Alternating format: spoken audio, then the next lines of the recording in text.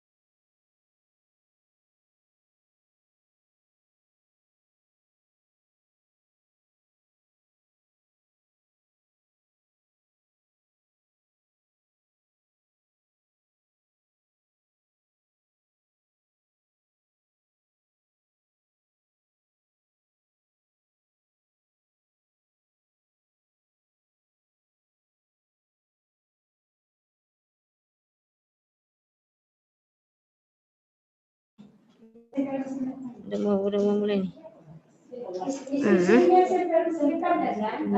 Tuh ya. Ini ada ya, institusi Salin. Dah. Buka Google, buka yang itu. Ketik semua itu. HTTP.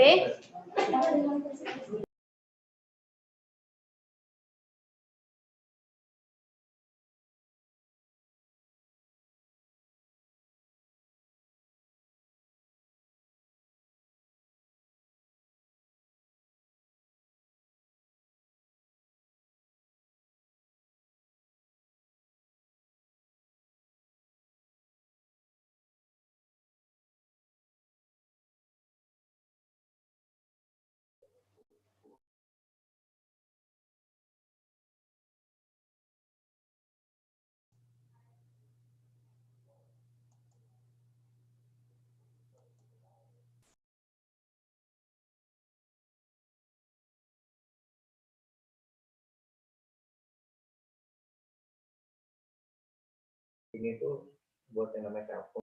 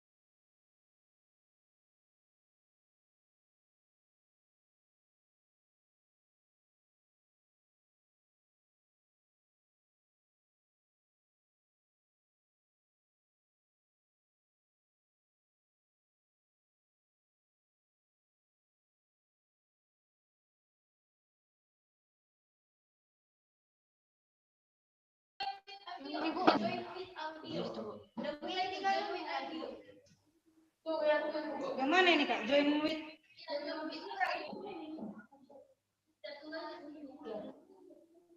udah masuk kan?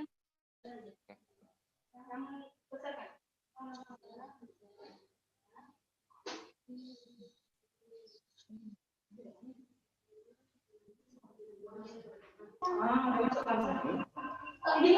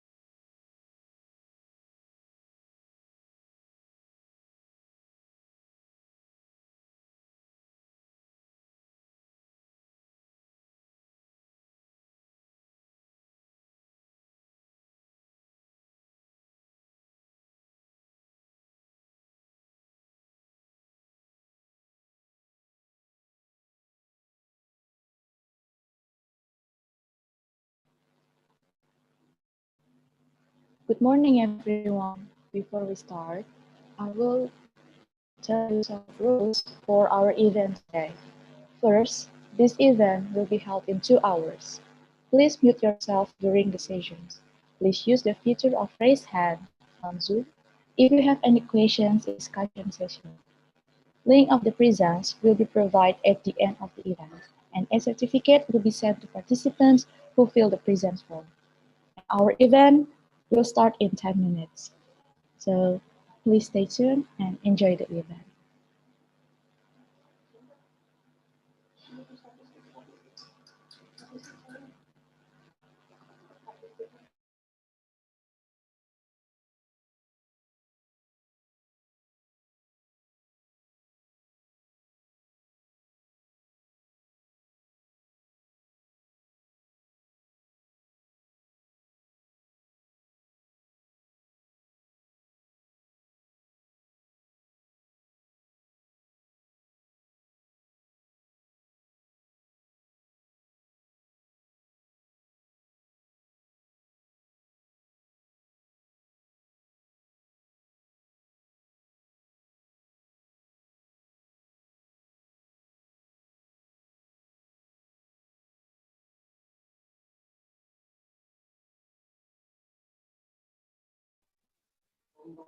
Halo.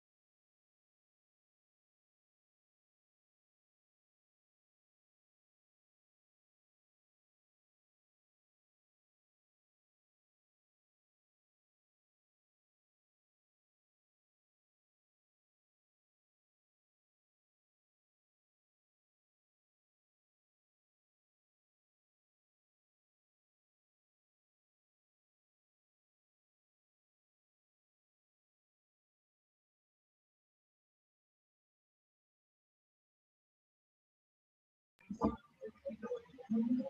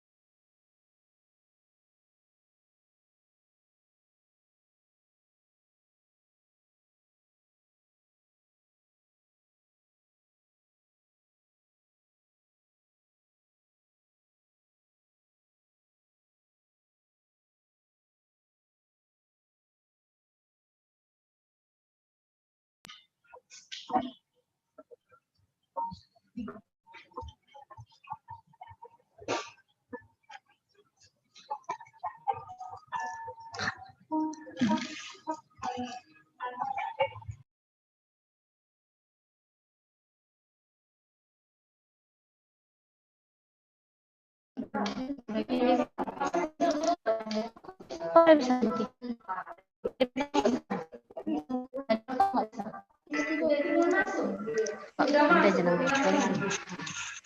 nanti aja ketemu ya.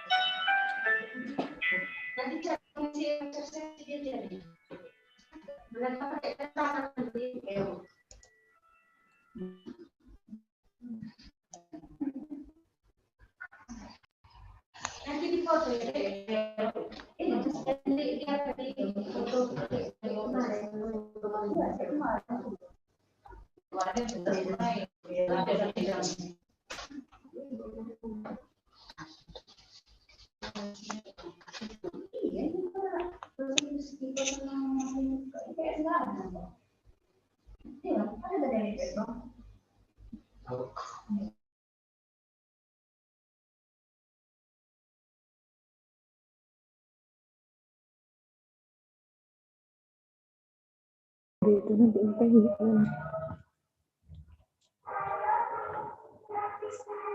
hidup speaker sih.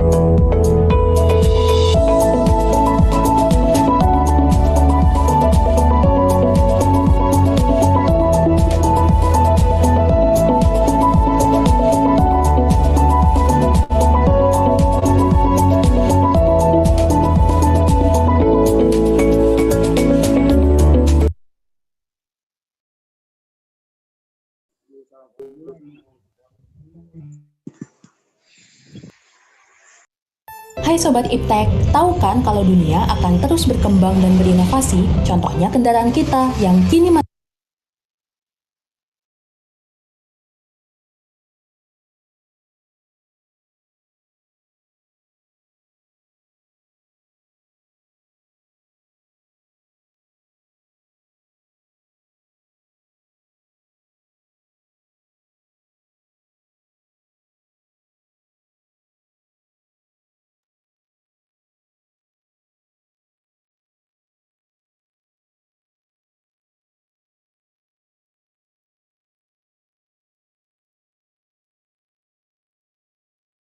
Hai Sobat Iptek, tahu kan kalau dunia akan terus berkembang dan berinovasi? Contohnya kendaraan kita yang kini masih menggunakan bensin yang akan habis, sehingga akan berkembang menjadi kendaraan listrik yang bersumber energi terbarukan listrik agar lebih efisien, mengurangi efek rumah kaca, bahkan emisi karbon sebanyak 43% dibanding mobil biasa. Hebat kan? Semua ada berkat komponen utamanya untuk menyimpan energi, yaitu baterai lithium. Baterai lithium adalah baterai dengan energi besar dan bobot yang ringan. Dibanding baterai biasanya, baterai lithium dapat dicas sehingga banyak dipakai di barang elektronik sehari-hari. Ada 3 komponen, anoda, katoda, dan separator. Kandungan tertingginya di katoda yaitu nikel, mangan, dan kobalt. Tapi nikel lah yang bisa menyimpan energi terbanyak sehingga jadi unsur utama pada baterai lithium dengan rasio terbanyak 80%. Negara kita sangat beruntung karena ternyata Indonesia adalah sumber nikel terbesar di dunia. Harusnya bisa membuat industri dan mengolah material nikel menjadi baterai lithium sendiri. Sayangnya Indonesia belum ada wadah bagi para ahli untuk bersatu dan membuat teknologi yang bisa mewujudkan itu. Maka Menristek menugaskan Ibu Evi untuk memimpin riset mengenai baterai lithium dan materialnya yang dilakukan di Puspiptek. Ibu Evi telah menekuni teknologi dan material nuklir selama 30 tahun. Kini Ibu Evi menjadi Presiden MRSI, INSS juga mendirikan NBRI. Ketiga organisasi ini saling melengkapi dalam riset pembuatan teknologi yang dapat mengolah nikel dan bahan baku lainnya menjadi baterai lithium. MRSI fokus meneliti material seperti nikel dalam pembuatan baterai, NBRI meneliti pembuatan baterai yang efektif, dan INSS fokus mengembangkan teknologi nuklir untuk membaca kerja lithium dalam baterai. Ketiganya, selain bertujuan memajukan penelitian, juga menjadi wadah bagi para ahli di Indonesia untuk terus bekerja sama mengembangkan inovasi teknologi energi di Indonesia. Dengan kayanya sumber daya alam dan kemampuan mengembangkan teknologi sendiri, Indonesia akan menjadi negara yang independen dan inovatif.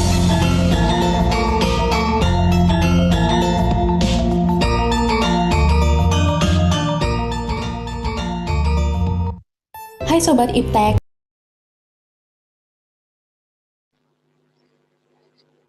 Good morning, everyone. And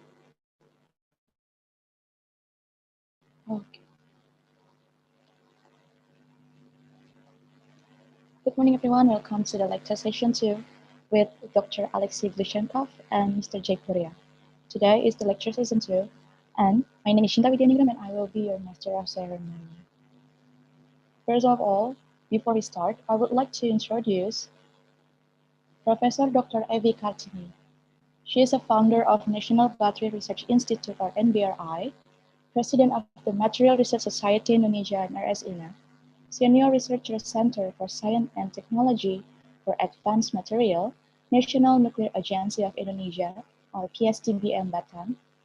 She's graduate from Bachelor Degree Physics Bandung Institute of Technology, or ITB, Doctorin der Natuurwissenschaften, Dr. Ernat, Fachbereich Physik, Technische Universität Berlin, TUB, Berlin, Germany, Postdoctoral Department of Physics and Astronomy, McMaster University, Hamilton, Canada, and Professor Research Condensate Matter Physics, Indonesia Institute of Science, Jakarta.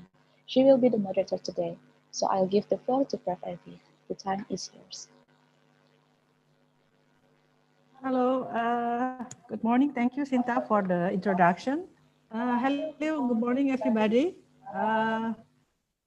Yes, I'm very pleased today. I will become your moderator.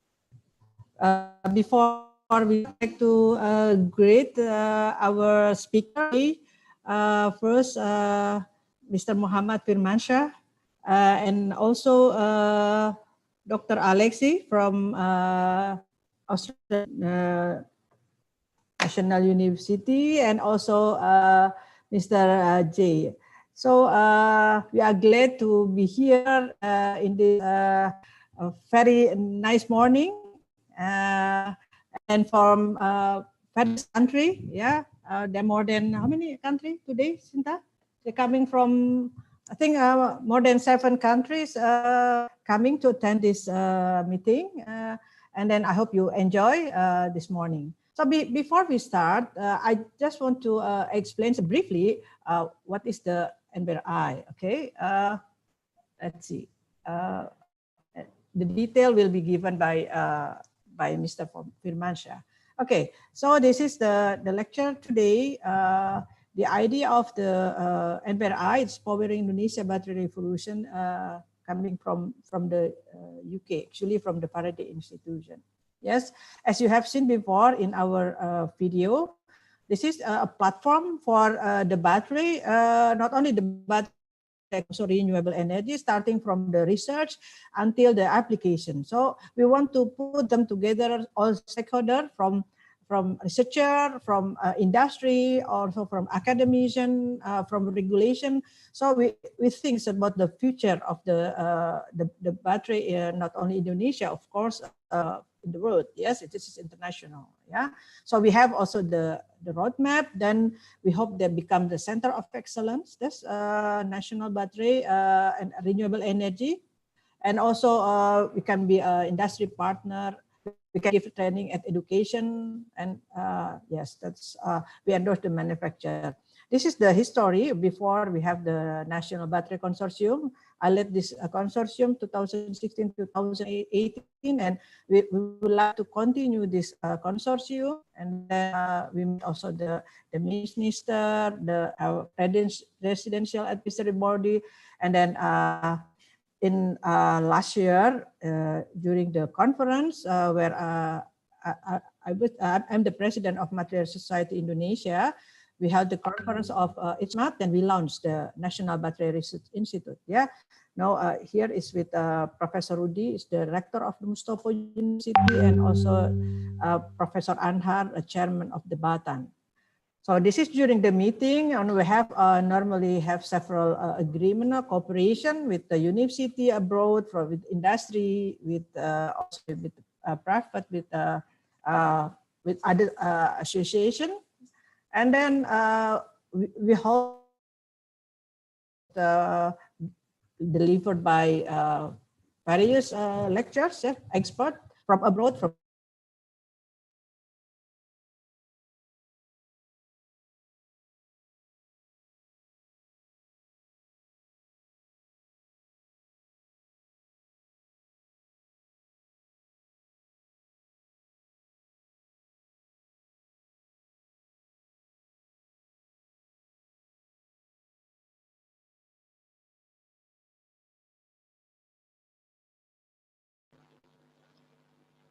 We apologize, seems like Dr. Evi had some problem in connections. Please wait a minute, she will be back.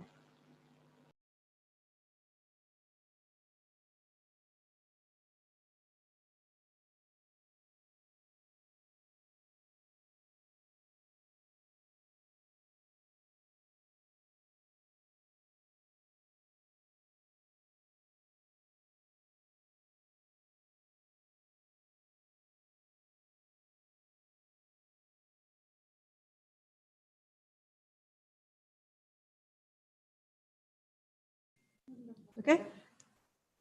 Please unmute. Okay. Okay. So this is the Professor Alan Drew. We signed the MOU, and then we apply for Global Research Fund. So the establishment of the NBRI sponsored by the GCRF, this year.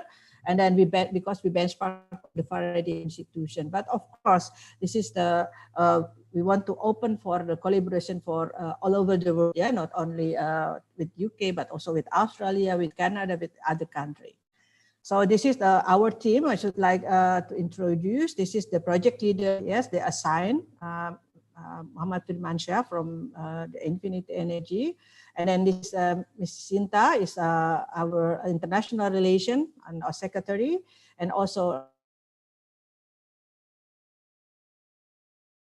working to make National Battery Research Institute happen. Yeah, Prof. Alan as the co-founder. We met also the minister, Prof. Bambang, and they really appreciate it and want to become part of the national research priority, and then become the platform for to gather all the researcher. Yeah, well, by this lecture we have the information directly from the expert. Yes, that is we try to information. We hope that we can also give certification in the future. Yes, that's for the vocational study. We give the education training for undergraduate. Yeah, so that will be the good. Yes, and not only in the battery, in electric vehicle, etc. Yeah. So we try to make also this with the industry. Yeah, industry, and then all the young millennial. Yes. who look for the job. I think this is our future. Yeah.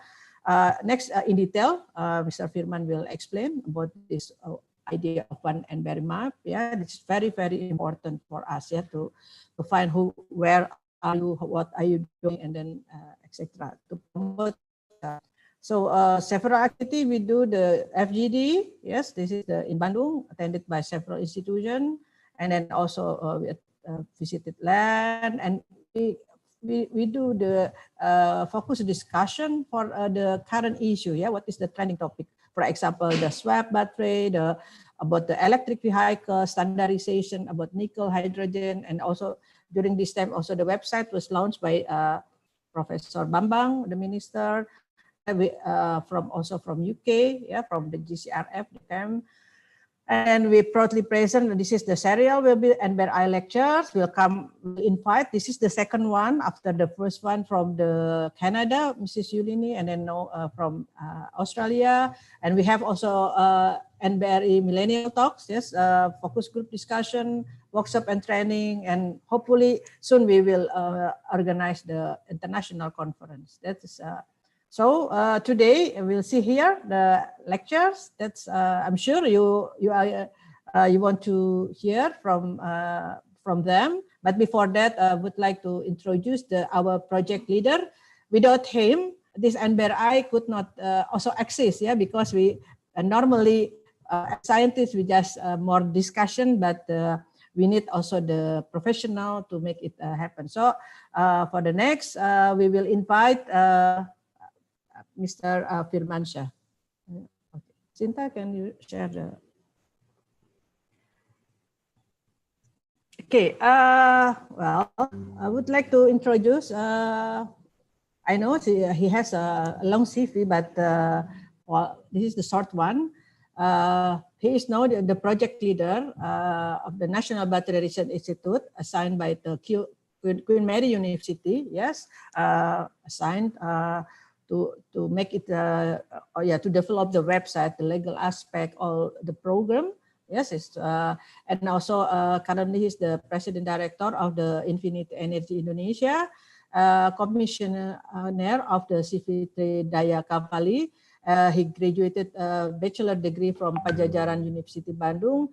And as I know, he actually have experience as the supervisor, as the manager in Sampurna for the last 3 years. Welcome, Mr. Firmansyah, to share your idea with all of us. Please.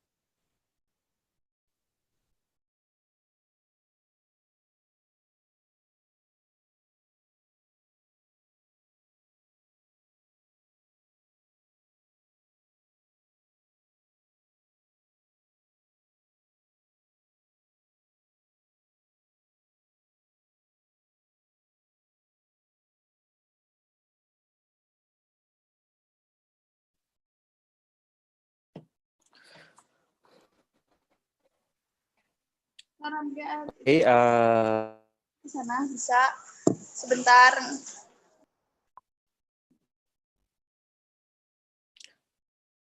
good day, ladies and gentlemen, the honorable speaker and honorable panelists, and all the participants Zoom meeting of the conference of the YouTube streaming channel.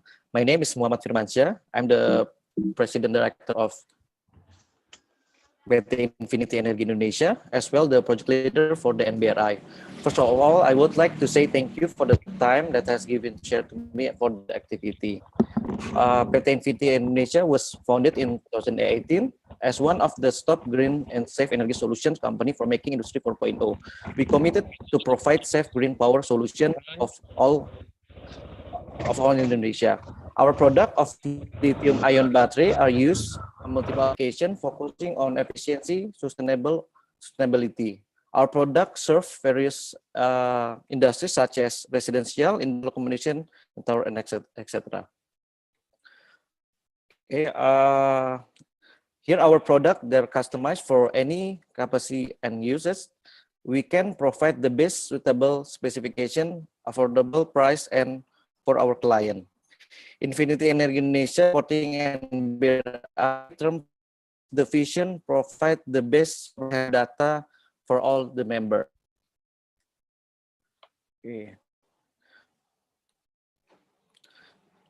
Okay, for the NBRI, National Battery Institute, was founded by Professor Evi, launched in 2019. National Battery Institute NBRI is Indonesia independent institution, electric storage, science, technology, supporting research, training, and analysis.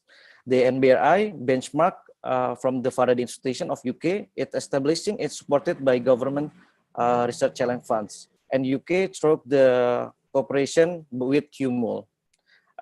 NBRI aims contribute the research capacity and training environment in Indonesia in battery research. Okay, NBRI vision, together all the stakeholder research and production to help form strong national battery research and increase the visibility of battery research at government level. Also to help development battery manufacture industry using resource which will enable Indonesia to be independent in energy. Okay, next, NBRI website. Our have a brochure in Indonesia, ranging from resources and user manufacture research facility. NBRI legal establishment was supported by QMUL and SIGGRAPH 2020. We also have been supported by the Minister of Research and Technology, Professor Bambang Brojonegoro. Okay, this is the NBRI platform of research. NBRI focus on related energy storage and renewable energy. Several main topic related the lithium-ion battery, insights such as the lithium-ion, beyond lithium, industry concern, battery characterization, Indonesia research highlight, and also Indonesia national priority. All these topic related the novelty research project and also recent issue that being concerned Indonesia related to the battery. We will share every research that we conducted by our member in this section. We'll research in activity national research priority (PRN). Okay, for the publication, we also post our own publication and also the our member research publication. For the NBRI platform opportunities, NBRI also provide opportunities for internship and job vacancy. We are coordinating with our corporate member. NBRI education, NBRI provide various training and seminar for all stages from undergraduate until PhD and early career researcher. Okay, our special feature, we are having a special tool called NBR One Map. We can find both research and battery manufacturer and research facility. You can just one click away to find all the information. First, resource map collecting about the product battery. For the map that show the user that of the battery, for the battery manufacturer is a map that show about the manufacturer that produce a battery, and research facility is a map. Research is a map collecting the data about the facility related to the battery research Indonesia. We also have detailed information all about the member, so they can promote their company on our website. Okay, some example like for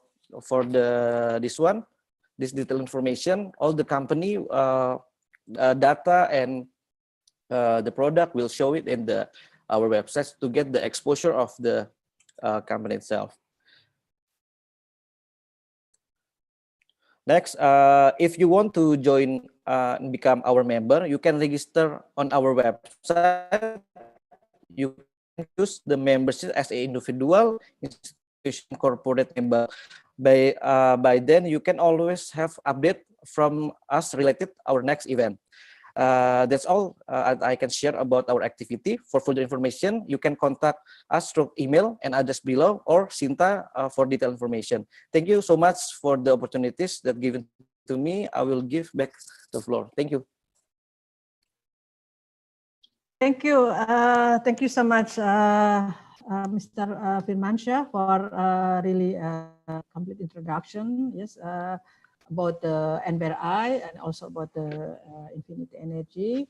So I hope that with that, our platform can be also known by all, not only the millennial, yeah, but also researcher and industry. Okay, thanks again. Yes, so we continue for the next speaker. Yes, our guest lectures. Okay, I should mention to you before I introduce him, I attended the conference. What is the conference? The ICA conference in Australia in 2019. Yes, it was in sometime I forget, August. So I went to Perth, and then at that time, after my my presentation, somebody came to me, and then he was the Dr. Alexei. So I met him there, and then suddenly we get along. Yes, and then and you see, I said to him, I invite him to attend our conference in Bogor in October. So Dr. Alexei attended a conference in Bogor, and since then we have a really good cooperation. Yeah, so he initiated the cooperation with Australian National University. So okay, welcome, Dr. Alexei. So he graduated from a PhD from the Australian National University. He got the Master of Physics, yes, from Novosibirsk State University, Russian Federation. For the Bachelor of Physics from the same university, yes, from Russian Federation. And he was a fellow and research leader in battery material and device, battery storage and grid. Okay, I'm sure it is in ENU. Integration Program, Research School of Chemistry, the Australian National University. Yes, that is. He was also the research fellow of Department of Chemical Engineering of the University of Melbourne, senior research fellow of the Institute for Frontier Material, Deakin University. He did visiting research professor at Department of Material Engineering, Drexel University, the US, and technology fellow, Melbourne Center of Nanofabrication, research fellow, Institute for Frontier Material, Deakin University, postdoctoral fellow, research school of physics of the ENU, and junior research scientist, Boreskov Institute of Catalysis in Novosibirsk, Russian Federation. I'm sure there are more than this that we could inform, but maybe you can ask directly to Dr. Alexei. So, Dr. Alexei, the time is yours, the floor is yours. Please, you share with us your lecture. Thank you very much, Professor Ivy. Can you hear me well? Yes, yeah. Good to be here. Thank you very much for inviting to present the lecture. Great pleasure to collaborate with Indonesians, always a lot of hospitality and smiles. So yes, we met with Professor Ivy for the first time. I think it was September last year, and I think we clicked, and we sort of see opportunities for joint research. And I hope that this is just the start of this. And I'll talk a little bit about how we engage, and in particular, we have a scheduled visit of one of Indonesian researchers to ANU next year. But let me first attend to my main event, which is a lecture, of course. And what I'll do now, I'll share my screen. Yes, please. Can you see it? Yes. Good. And it's a proper full screen, right? Right. Okay. Yeah, that's good. So, yeah, awesome. So what I will be talking about today, I will introduce recent developments in lithium-ion battery applications in Australia. And in a later talk, I will move to sodium-ion batteries, which are, of course, a new emerging technology. And I'm sure this community is pretty much interested to hear about them. But first, let me introduce our university a little bit. So we are a relatively new university, but nevertheless very important, established in 1946. And we are located in the capital of Australia, and we have this special national purpose. And one of the attributes of this national purpose of a national university is engaging with our neighbors. And of course, Indonesia is the one of the most important ones and one of the most nearest ones as well. At ANU, we have about 40% international students, and we are a member of so-called Group of 8 universities, which is approximately an analog of Russell Group in the UK, which unites 8 strongest in research space universities in Australia. This is my slide on rankings. So consistently, Australian National University ranks within top 3 in Australia, and we have 3 major global rankings. Of course, this fluctuates a little bit, and this year we ranked number 3 by Shanghai ranking and Times Higher Education ranking, and we are ranked number 1 in Australia by a very important Quadrelli Simons ranking, and 31 globally in that ranking. The location is in Canberra, which is the capital of Australia. For those of you who haven't visited yet, this is the location here, shown with this red flag. And Canberra is located basically between Melbourne and Sydney, a little bit inland, not on the coast.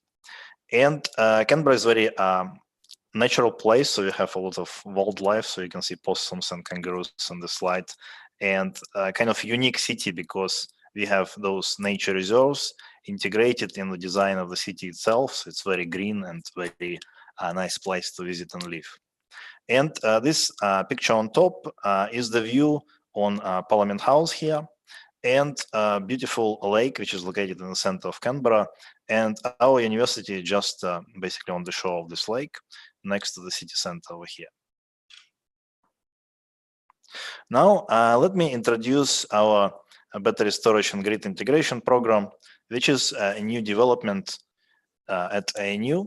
And this was started in 2018, where this cross-college and cross-school program was introduced with the support from Australian Capital Territory government.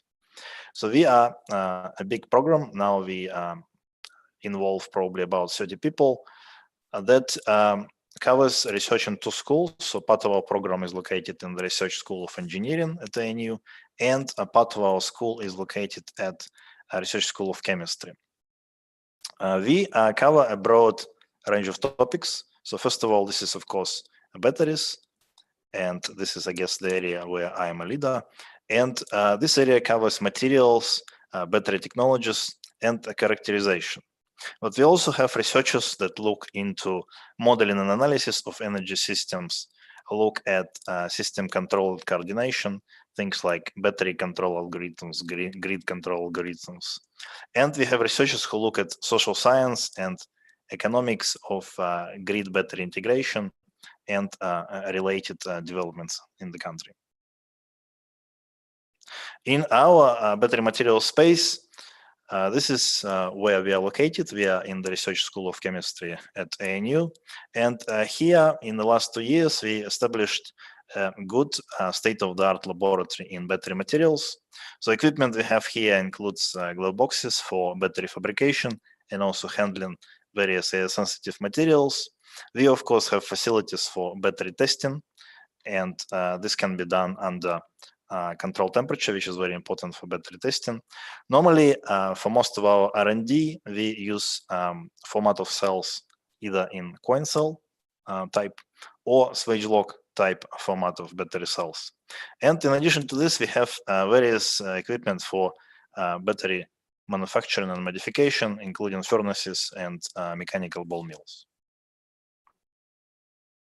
Let me now talk about some of our research. So one space which is of interest to us in Australia is, of course, lithium-ion batteries. And here we're looking at really applied research because lithium-ion batteries are very important and prominent in Australia, it was always been about mining. Later, it became a lot about grid integration and home energy storage. But recently, we also have developments in the upgrade of raw materials into battery chemicals, into manufacturing cathode and anode materials, and also even to the production of batteries themselves. And we have one of the mega factories planned in the state of Queensland to be built soon. So it's very interesting space to be, and we definitely aim to utilize opportunity for applied research in this space. In terms of more academically forward-looking research, we are very interested in post-lithium and sustainable battery chemistries. So I'll talk about it a little bit later, but I'm sure that many of you know there are concerns about sustainability of lithium because of its scarcity, and also some other possible drawbacks with lithium-ion batteries. So here in our group, we're looking at developing materials for sodium-ion batteries, but also for potassium-ion batteries, which is another interesting ionic shuttle for battery storage. And recently, we also got engaged into research on the so-called dual-ion batteries. And this is a very interesting concept because in this type of batteries, you can possibly deviate from using things like metal oxides, for example. And you can build your battery basically utilizing pretty much two graphite electrodes, one as a negative electrode and one as a positive electrode. And another interesting feature of this battery type is that possibly in an individual cell, you can achieve a higher battery voltage. So you can go from 3.44 volts, typical for lithium-ion technology, to cells that can achieve 5 volts for you. In addition to this, we're also interested in so-called hybrid energy storage in the form of lithium-ion capacitors and their sustainable analogs. So this is a device which is similar to lithium-ion battery. That's why it's called lithium-ion capacitor. However, it's basically unique because it involves one battery electrode, which is usually graphite in commercial devices, and one capacitor type electrode, usually activated carbon. And due to this unique combination of electrode materials, you can achieve extreme charge times in this device.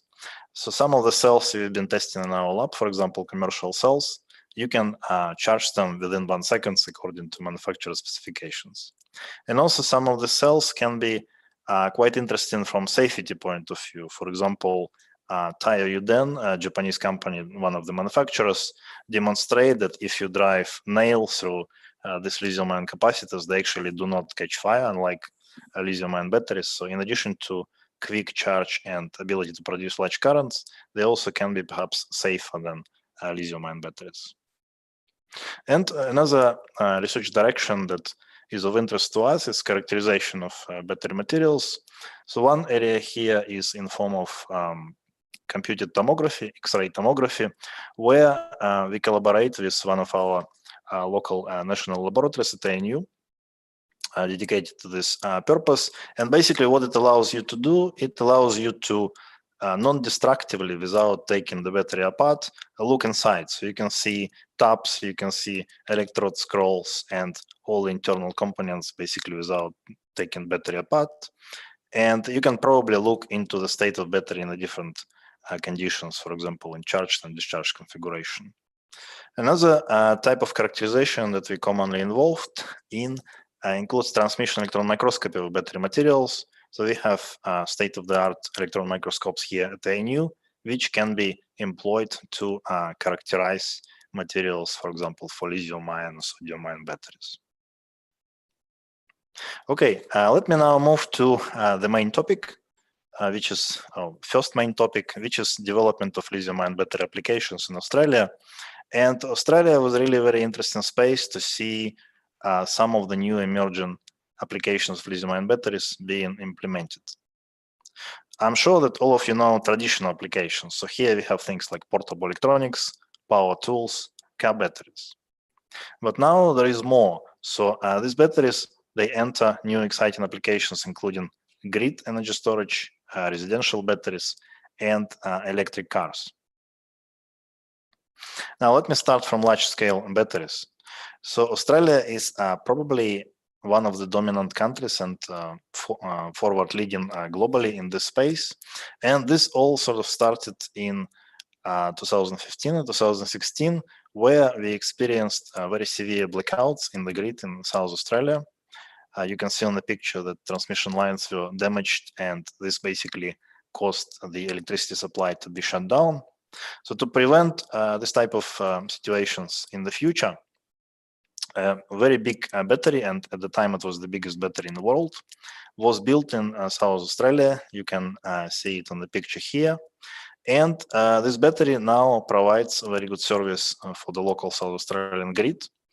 It takes very little time, 140 milliseconds to engage, much better than more conventional backup technologies, and actually able to operate at a profit. So not only it makes grid very safe and reliable, but also it's profitable for the operator to run this type of batteries. And since then, there are multiple grid-scale battery projects in Australia.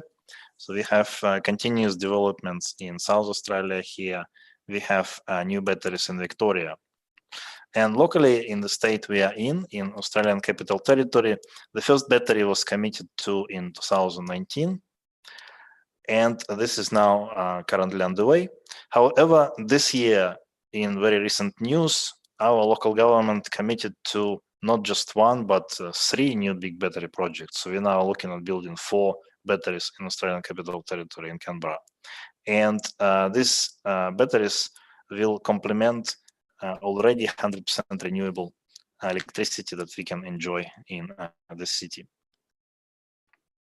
Another interesting market segment is home battery storage. What it means is that you can not only use batteries to stabilize grid, but you can also install battery at home if you have a solar cell on the roof. And the problem with solar cells, that solar cells, of course, cannot supply electricity all the time. So you need some kind of storage technology that will store the energy and then release it when is needed, but supply is not available, for example, at night or at peak times. And Australia is a truly global leader in the space. Now, 2 million homes in Australia are energy producers as well as consumers in Australia. And this should be taken, considered in the context of only 24 million population in Australia. So it's quite a large proportion in the country. So this, just some examples of these residential batteries.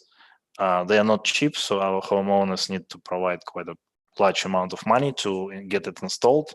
But this really worth it and can be paid off in terms of expenses over multiple years for them.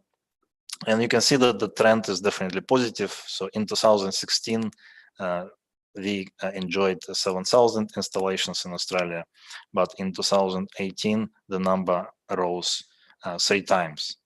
And now it's estimated that out of all the homes that have solar cell, now 1 in 27 already has a battery as well installed.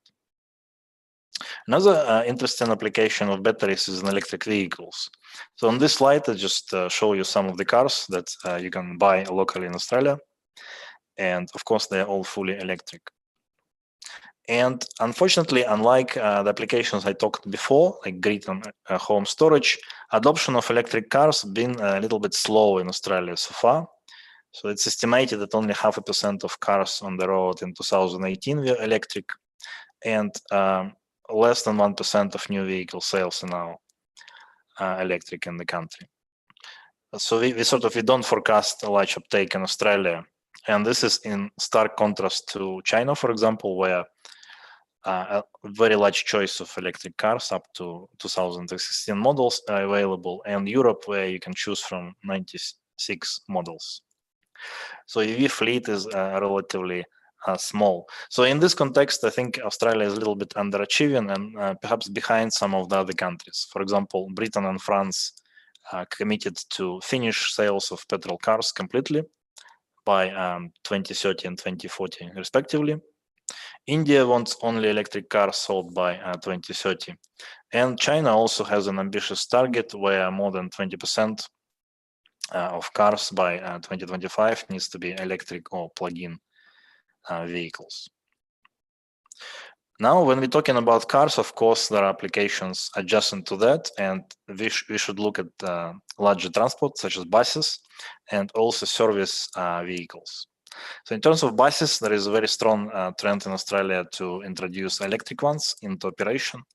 And this was particularly noticeable in various airports. So just in a photo here, you can see the bus that Brisbane Airport operates recently, which is a fully electric bus. In addition to this, mining industry, very strong industry in Australia, looking also at electrifying their fleet. And on this picture, you have so-called Voltra A Cruiser, which is a vehicle manufactured in Australia locally. I think under license from Toyota, if I'm not mistaken, as a prototype vehicle.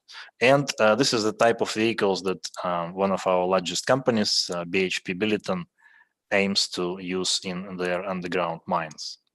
And you have other emerging Australian-made electric vehicles. For example, this picture depicts a commercial electric one, which is also under development in Brisbane. Now, let me a little bit speak about lithium-ion batteries and their operating principle. So I'm sure that some of you already know this, but it's probably good to specify it for those of you who are not yet familiar.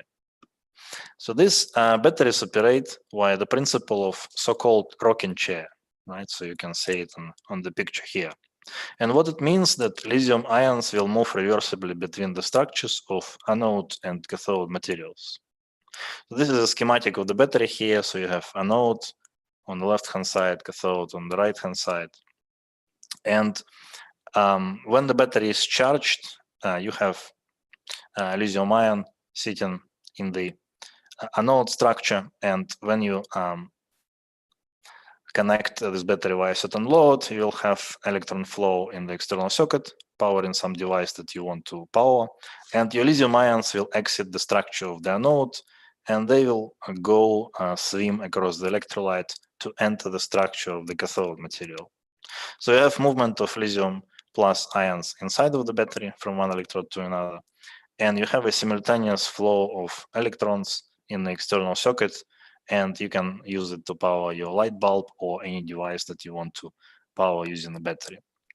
Sometimes this process also can be compared to badminton, just like shuttlecock is flying in the game.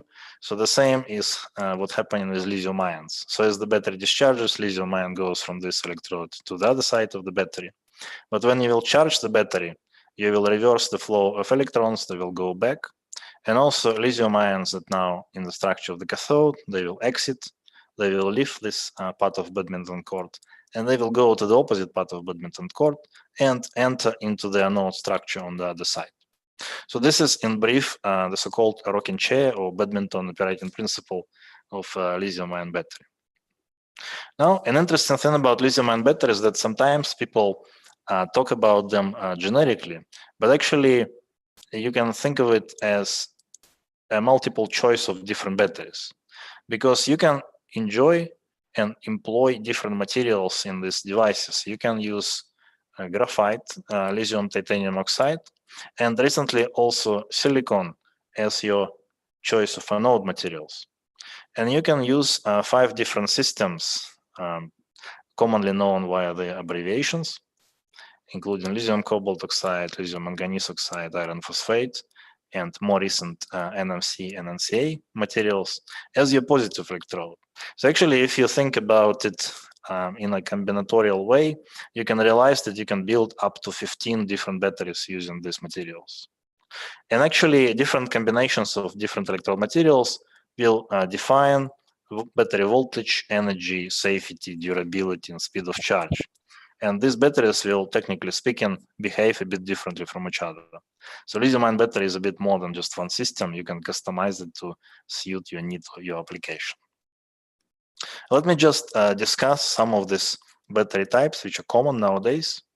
So one of the most well-known recently and also having the most energy inside is the so-called NMC type battery. In this case, you will have anode, which is basically a graphite, a layered host for lithium intercalation. lithium inserts between these carbon layers, and you will have a positive electrode in the form of a layered oxide compound with this typical formula. And this battery has a great advantage of specific energy. If you look at my sort of chart where I plot different characteristics of batteries, the specific energy of this device is really high. But perhaps it's not the cheapest one, and also maybe not the safest one type of lithium-ion battery available in the market. So instead, you can look at another common system, which is based on lithium iron phosphate cathode, also commonly known as LFP. In this case, your anode is the same, but you may have positive electrodes that will operate via a different principle. It's actually not a layered compound, but a compound with one-dimensional channels. So you can think of them as tunnels where lithium ions can insert and de-insert. And this battery has different profiles. The specific energy is not so fantastic here as in NMC battery.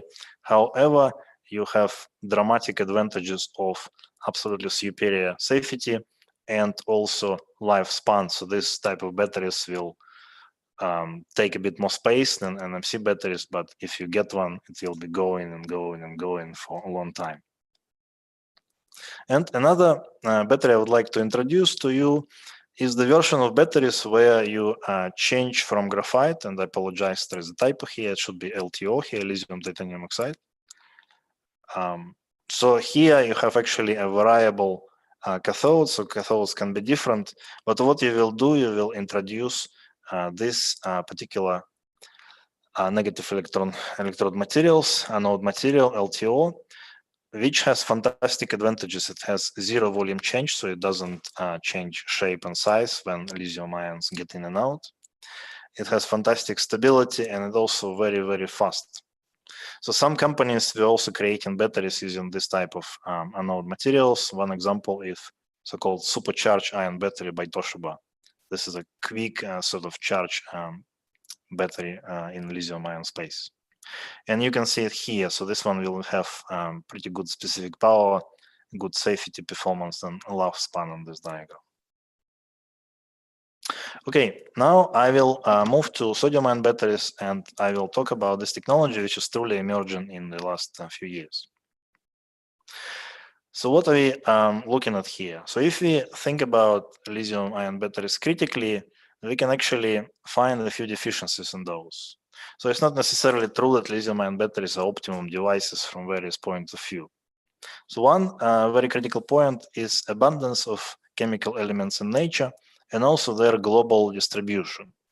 So if you think about typical chemical elements in lithium-ion batteries, for example, lithium and also cobalt, nickel in the latest generations, they are not really particularly abundant.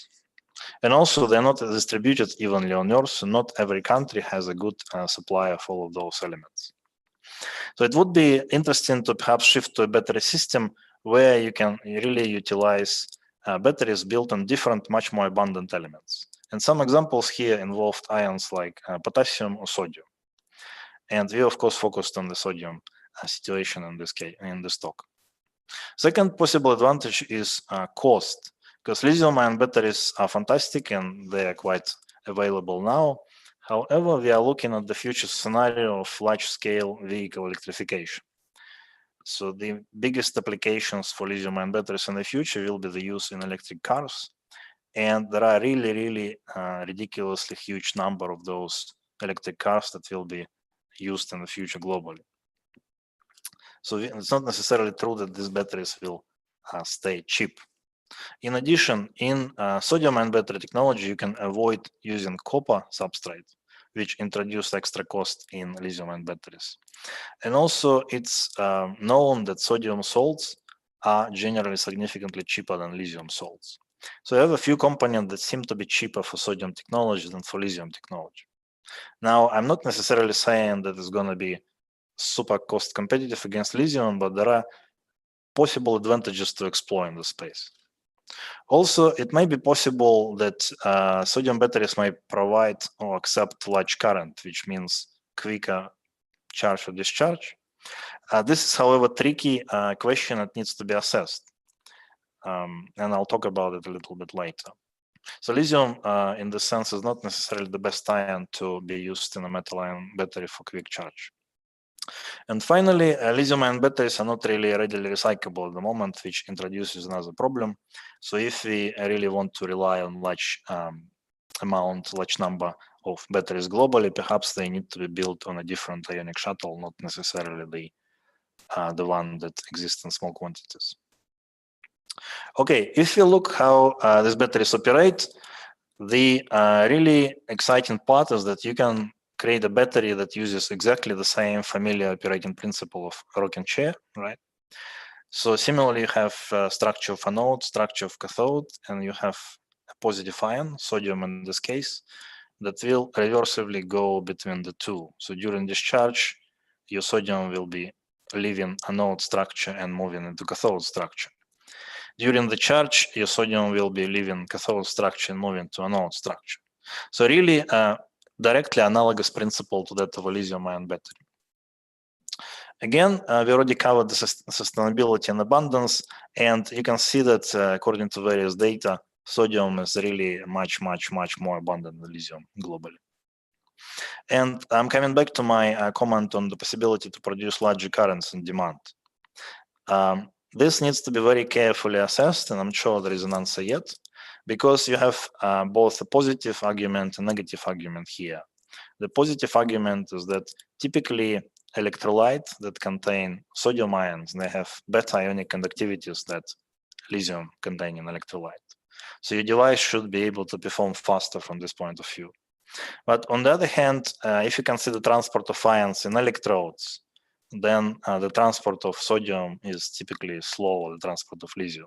So we have a trade-off between these two factors, and it's not clear at this point if sodium-ion batteries will be faster or not than lithium-ion batteries. Maybe it depends on the particular specific configuration of a battery as well. Now, another comment I would like to make about sodium-ion batteries is that this is actually not so easy. So, okay, fair enough, you have exactly the same operating principle, rocking chair mechanism. But the practical reality is that you will need to find out completely different electrode materials, electrolytes, binders, separators, electrolyte additives, and virtually all inside battery components. So the components that used to work well in lithium-ion cells will not be applicable in sodium one, or they will not be the best. So I'm mostly electrode material specialist, so I will comment on electrode materials as an example. So we can look at 4 different types of electrode materials in lithium-ion batteries. You have carbon anodes, such as graphite. We have alloy anodes, like silicon. And we have layered materials for cathodes and also polyonic materials. And typical example is lithium iron phosphate here.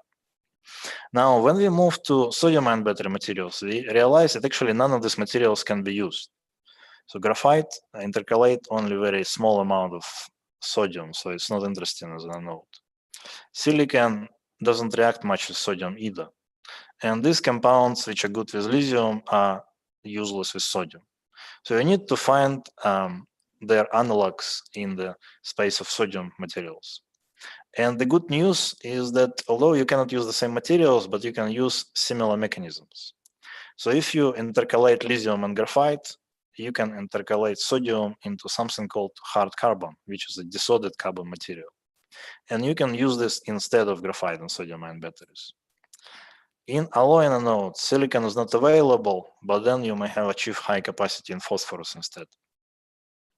In layered cathode materials, some other systems will also be suitable. For example, sodium chromium oxide is one of the interesting cathode materials for sodium batteries. And also you can find certain good candidates in the space of polyanionic compounds as well, although they will be different to their lithium counterparts. Now, really intriguing bit about sodium batteries recently is that we now have some businesses in Europe and Asia, but Europe more specifically, that aim to commercialize these batteries. And I just would like to briefly mention a couple of companies that I would like to refer you to explore. So one of these companies is called Faradion, and it's based in the United Kingdom. And they develop sodium-ion batteries that utilize one of the layered materials as their cathode materials. So please have a look at this website and have a look at their interesting applications in electric bicycles, some electric cars in India, and possibly large-scale energy storage. And another interesting company in terms of commercialization is Tiamat Energy in France. And this is quite an exciting slide because they claim that their battery will be fast charge. So you can really charge it as quickly as 5 minutes. So it will be interesting to explore their product a bit more when it's actually become a bit more commercial. Now, some more context on sodium-ion batteries. So on the left-hand side of the slide, you can show my graph of academic publications between 2008 and 2016. So what we saw there is that really this field dramatically took off in terms of research globally. There was really a large number of publication growth. And just to keep my numbers up to date, I just checked Web of Science, and in 2020, we already had 1,600 journals publication on sodium-ion batteries. So it seems that growth is still continuing in academic research. And another comment I would like to make is just on having realistic expectations about sodium-ion batteries, because it's easy to be carried away and just state that, hey, this is fantastic replacement for lithium-ion batteries at all times. I think this needs to be sort of taken with caution, because what you have in sodium-ion batteries, you have a little bit smaller capacities in electrode materials typically, so they store less charge than lithium-ion battery materials. And also your cell voltage will be slightly smaller than cell voltage of lithium-ion batteries. So you will have some implications because of this. Basically, generally, you should expect a bigger and heavier battery for the same application. So if you have lithium-ion batteries that does some kind of job for you and you want to swap it for sodium-ion batteries, expect that sodium-ion battery you get will be bulkier and heavier than lithium to some extent. However, what we cannot argue with is that if we change lithium and sodium batteries, then clearly there will be sustainability and possibly cost benefits in this case.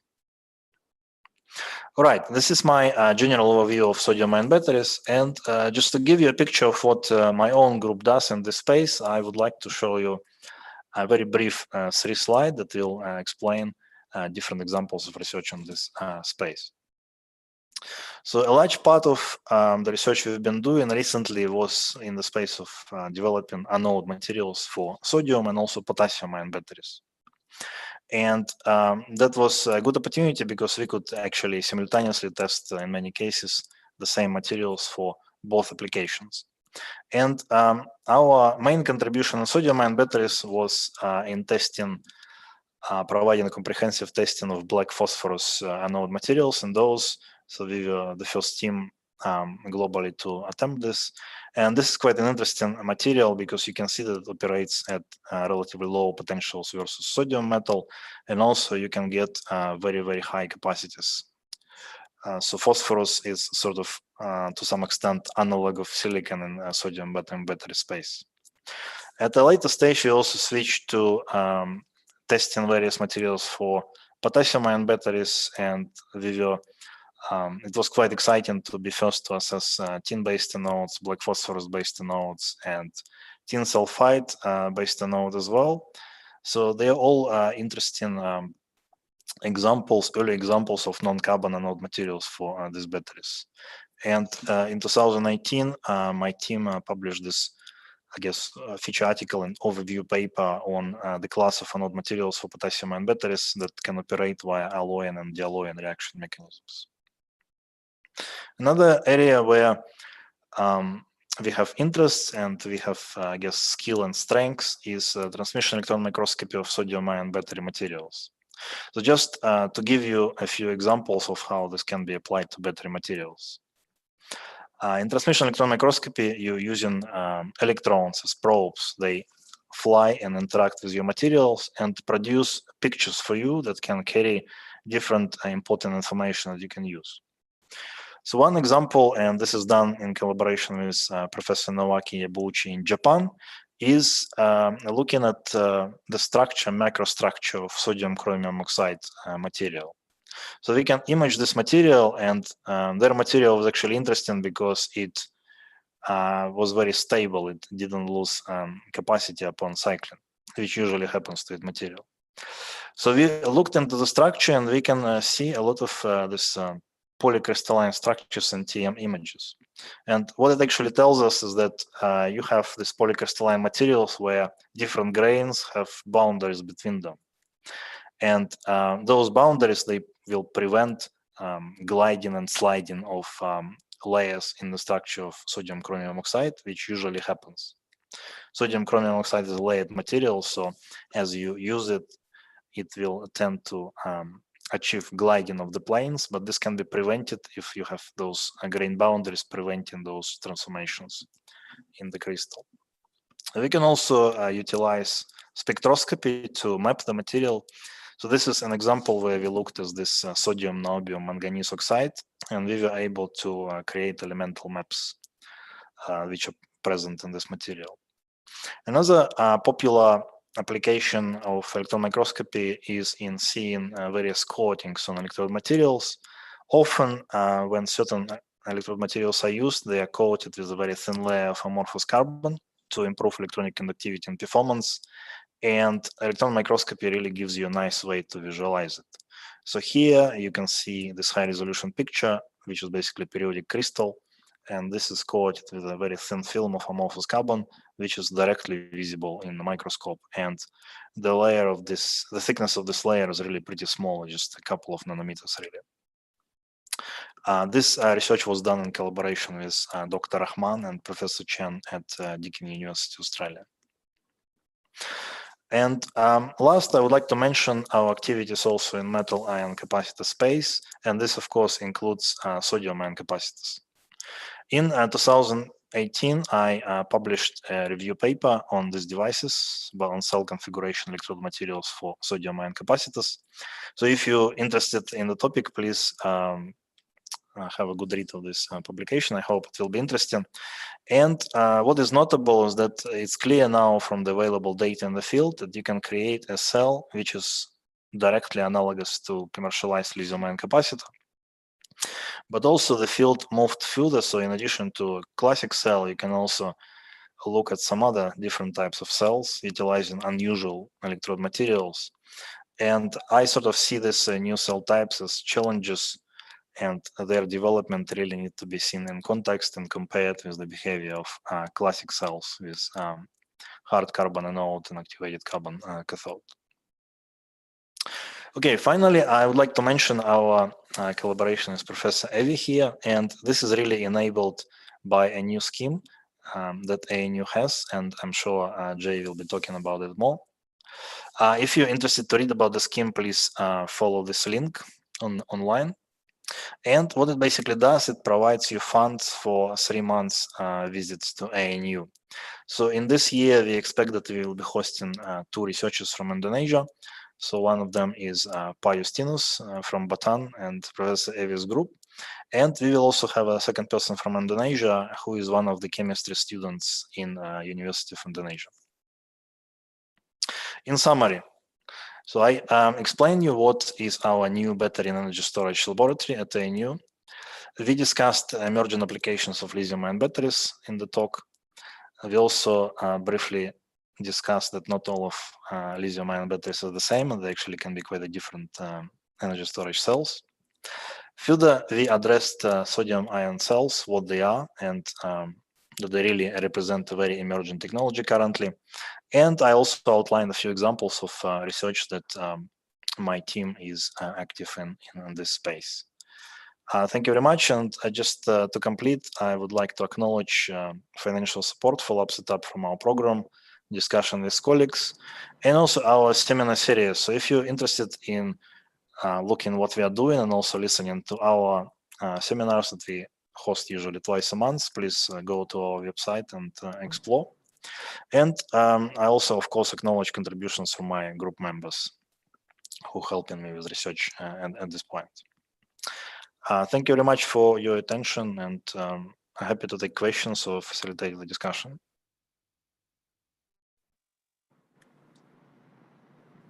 Well, thank you so much, Alexi. It's great lecture, really. I do really enjoy Actually, Thank you, Evie. I don't want to stop it. Yes, it's really nice. Yeah. Well, you really from the global aspect in Australia, the current state and the emerging research, and then for the future, and then also the possible for the manufacture. I think this really interesting. It's I hope that with this lecture we will have so many also in the future for the collaboration with Indonesia. Yes, especially. Sure. That is what we expect. So, but we keep first the question and answer until the end. Okay. Yes. Okay. Sure. Oh, yes. Yeah. So please, all the audience who have the question and want to ask, please put in the chat, and then next Sita will give it to me after the next session. The information about the study. Yeah. Okay. Thank you again, Alexi. Yes, that's great. Really great. Yes. Okay. For the next speaker, I would like to introduce, well, I think I met him in the Australian Embassy last year in Jakarta. Yeah, he is the manager of international relation, partnership, and marketing in Australian National University. Yes, regional sales and marketing manager, Laureate International University. Is the VP, Vice President, Strategy and Business Development, Hanko Hackberry Group, Manager Business Development of Global Research, professional cricketers, from New South Wales. Well, it's a good sport, I think. Graduate Certificate of Management International Business from ENU, and a Bachelor of Science from Macquarie University. So now, please welcome Mr. J. Time and floor is yours. Thank you, Professor Evie. I hope you're able to hear me and Yes. see me. Right. For some reason, I'm having weird issues with my Zoom, but I hope it holds up for the 10 minutes of my chat. So thank you very much for having me. It's great to be able to speak to you all about scholarships, some of the scholarships that we offer here at the ANU, those that are offered by the Australian government, but also a number that are offered by the Indonesian government. For you to come to Australia, perhaps do an entire degree here, or come here for a short duration.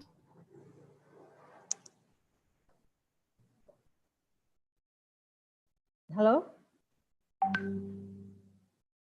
Hello, Mr. J. Cannot hear you. Okay.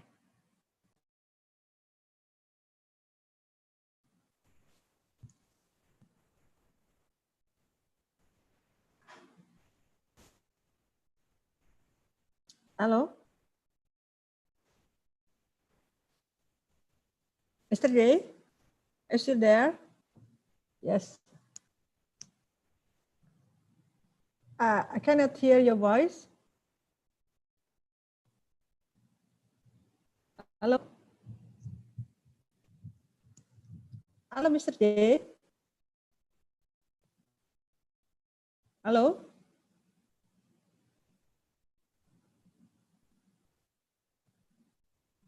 Hello, Mr. J.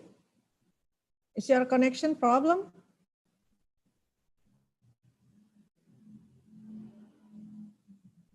Go. Wait a moment. Mr. J.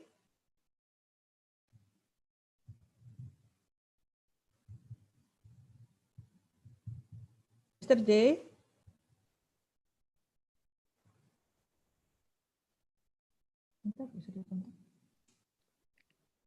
Is it possible for the host to unshare the screen? Yes, to share the screen.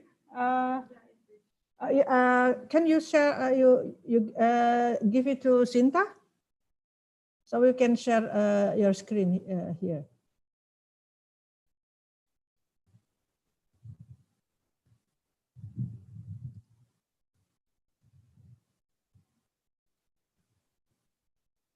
Mr. J, can you hear me? Hello? Mr. J?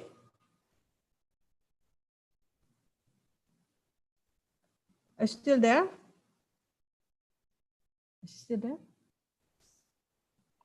Hello, Mr. J?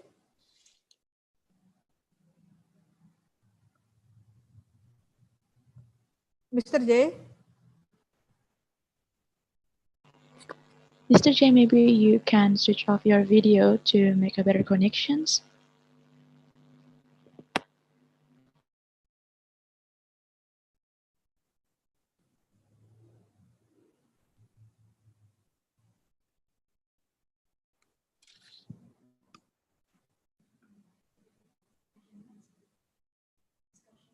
Okay, while waiting, probably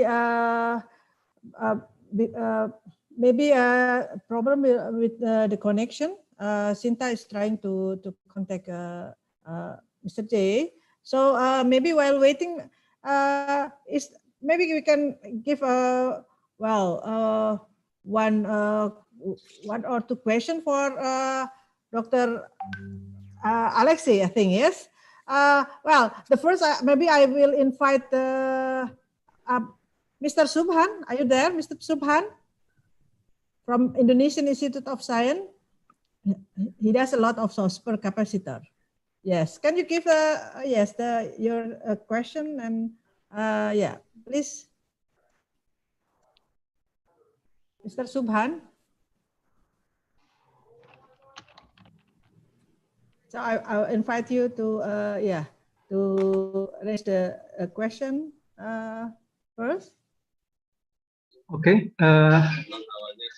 Hello, Dr. Effie. I have a question from chatting, I think. I have sent a question in chat. Okay, you can directly ask your question. Okay. I have a problem about how to handle about the problem in volumic change expansion in its electrode material for lithium or natrium battery. How to handle the volumic change expansion problem? Okay. So I think there are a few ways to handle this. First way is you need to, when you have your electrode material, you need to make your particles really small. So you need to convert them to nanoparticles of size probably 50 nanometers or smaller. And often people make those electrodes in the form of composites. So you have graphite or other type of carbon, and you mix those nanoparticles into that carbon matrix. And by doing this, you can, in some materials, you can minimize the volume change.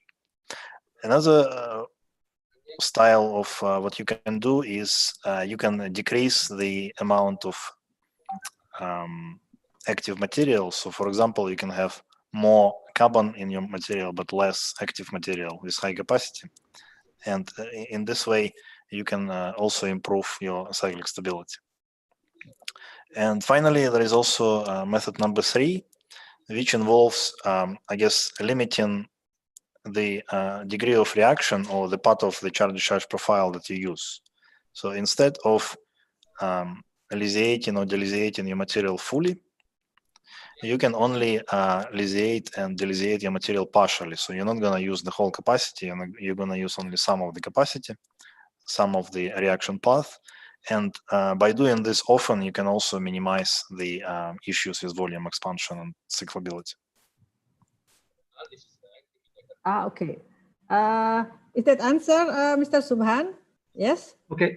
How about the problem when we mix nanoparticle with bigger particle? Is have a possible to handle this problem? Because we mix nanoparticle with bigger particle with the same structure. Could you repeat the question one more time? How about to handle the volumic is to mix from nanoparticle with bigger particle with the same structure? Is possible to handle the volumic change? Okay, I think I understand. Sometimes you need to use a specialized technique to achieve the condition of electrode material you need. So in our laboratory, what we use mechanical ball milling to do this. Yes. And when you use mechanical ball milling, you achieve two things simultaneously. You make your particles smaller because of ball collisions, but also you will mix those particles in the carbon quite homogeneously. So they're going to be really everywhere in the matrix. Okay. But I think mechanical milling is not the only method. So there are some other ways to achieve similar outcome. Okay. Of course, it's not directly mixing, small particles with large particles. You need to do something to make them integrate. Yeah. Thank you. It's just an idea. Mm-hmm. Thank you, Dr. Alexei. Okay. Thank you, Mr. Subhan, for your question. Yes, I hope that can say you. So, how about Mr. J? Is it ready? Not yet. Still a problem for him? I think we have him back. Yes. Hi, Okay. can you hear me now? Okay, good. Oh, we miss you. We lost you. Okay, Sorry please. about that.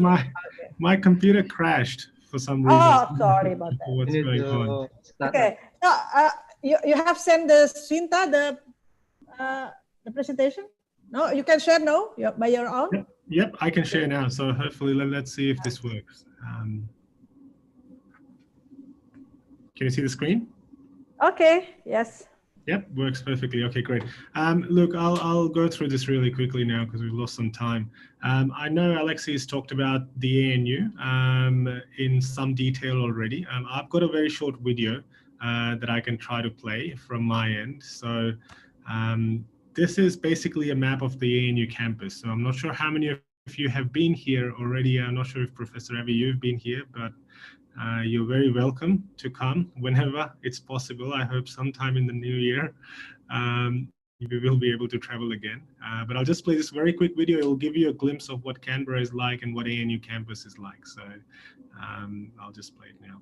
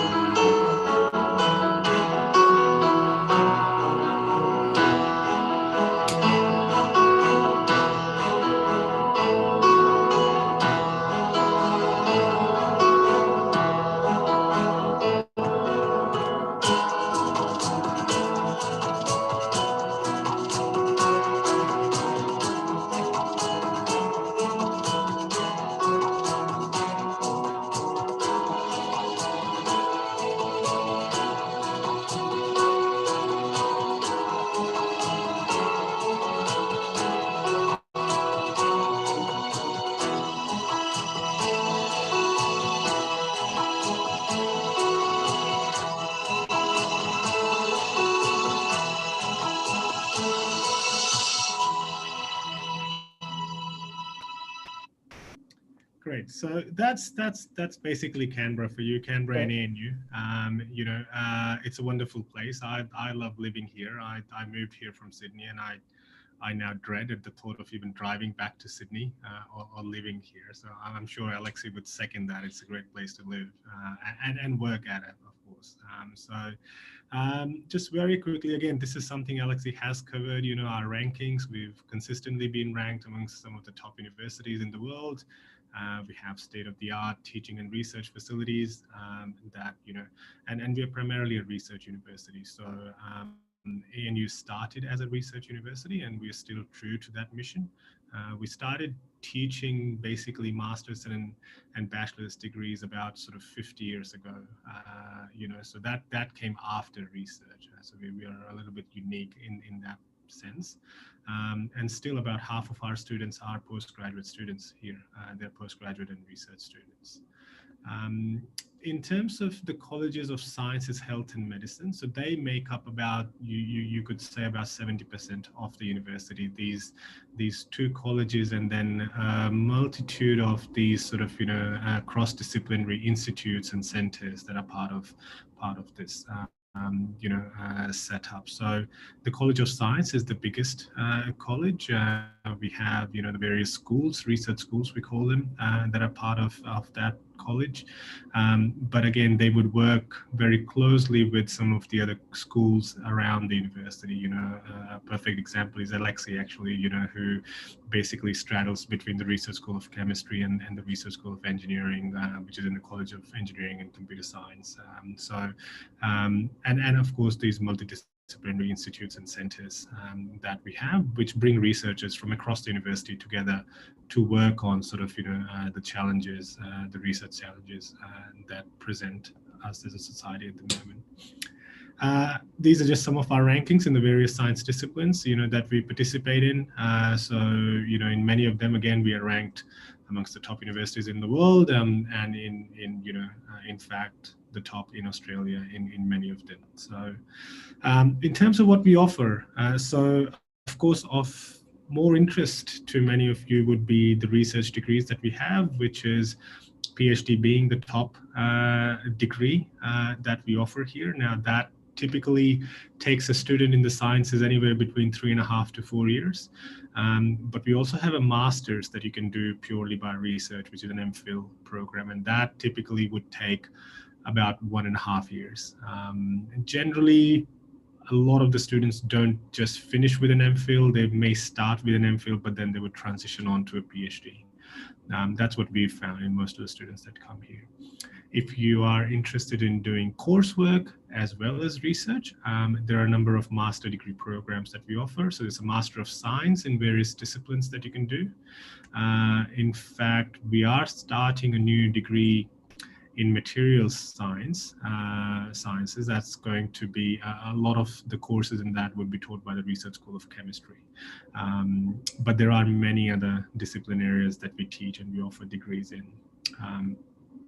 And these degrees are a combination of just coursework, so you can do a selection of courses, or you can do some coursework and some research.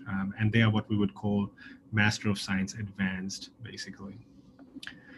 So coming to scholarships, I know, Professor Abu, you said there's people here from various countries. I have only covered Indonesia at the moment, Indonesian scholarships that are offered. So let me just start off perhaps first with LPDP, which many of you, if you're in Indonesia, would be very familiar with.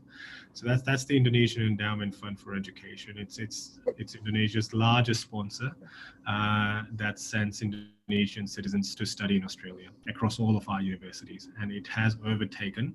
It used to be Department of Foreign Affairs and Trading. They used to run a program called AusAid, or Australia Awards.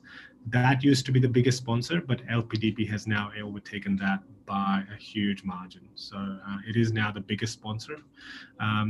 At least it was leading up to this year. Now I know, there's been a lot of financial impact on LPDP this year. So they're offering a very small cross-section of scholarships that they would typically offer. So at the bottom of the slide, you'll see the one they're offering this year is the World Top Ranking Colleges Scholarship. Now they're only sending students to 15 universities globally as part of that scholarship. Unfortunately, NU is not one of those.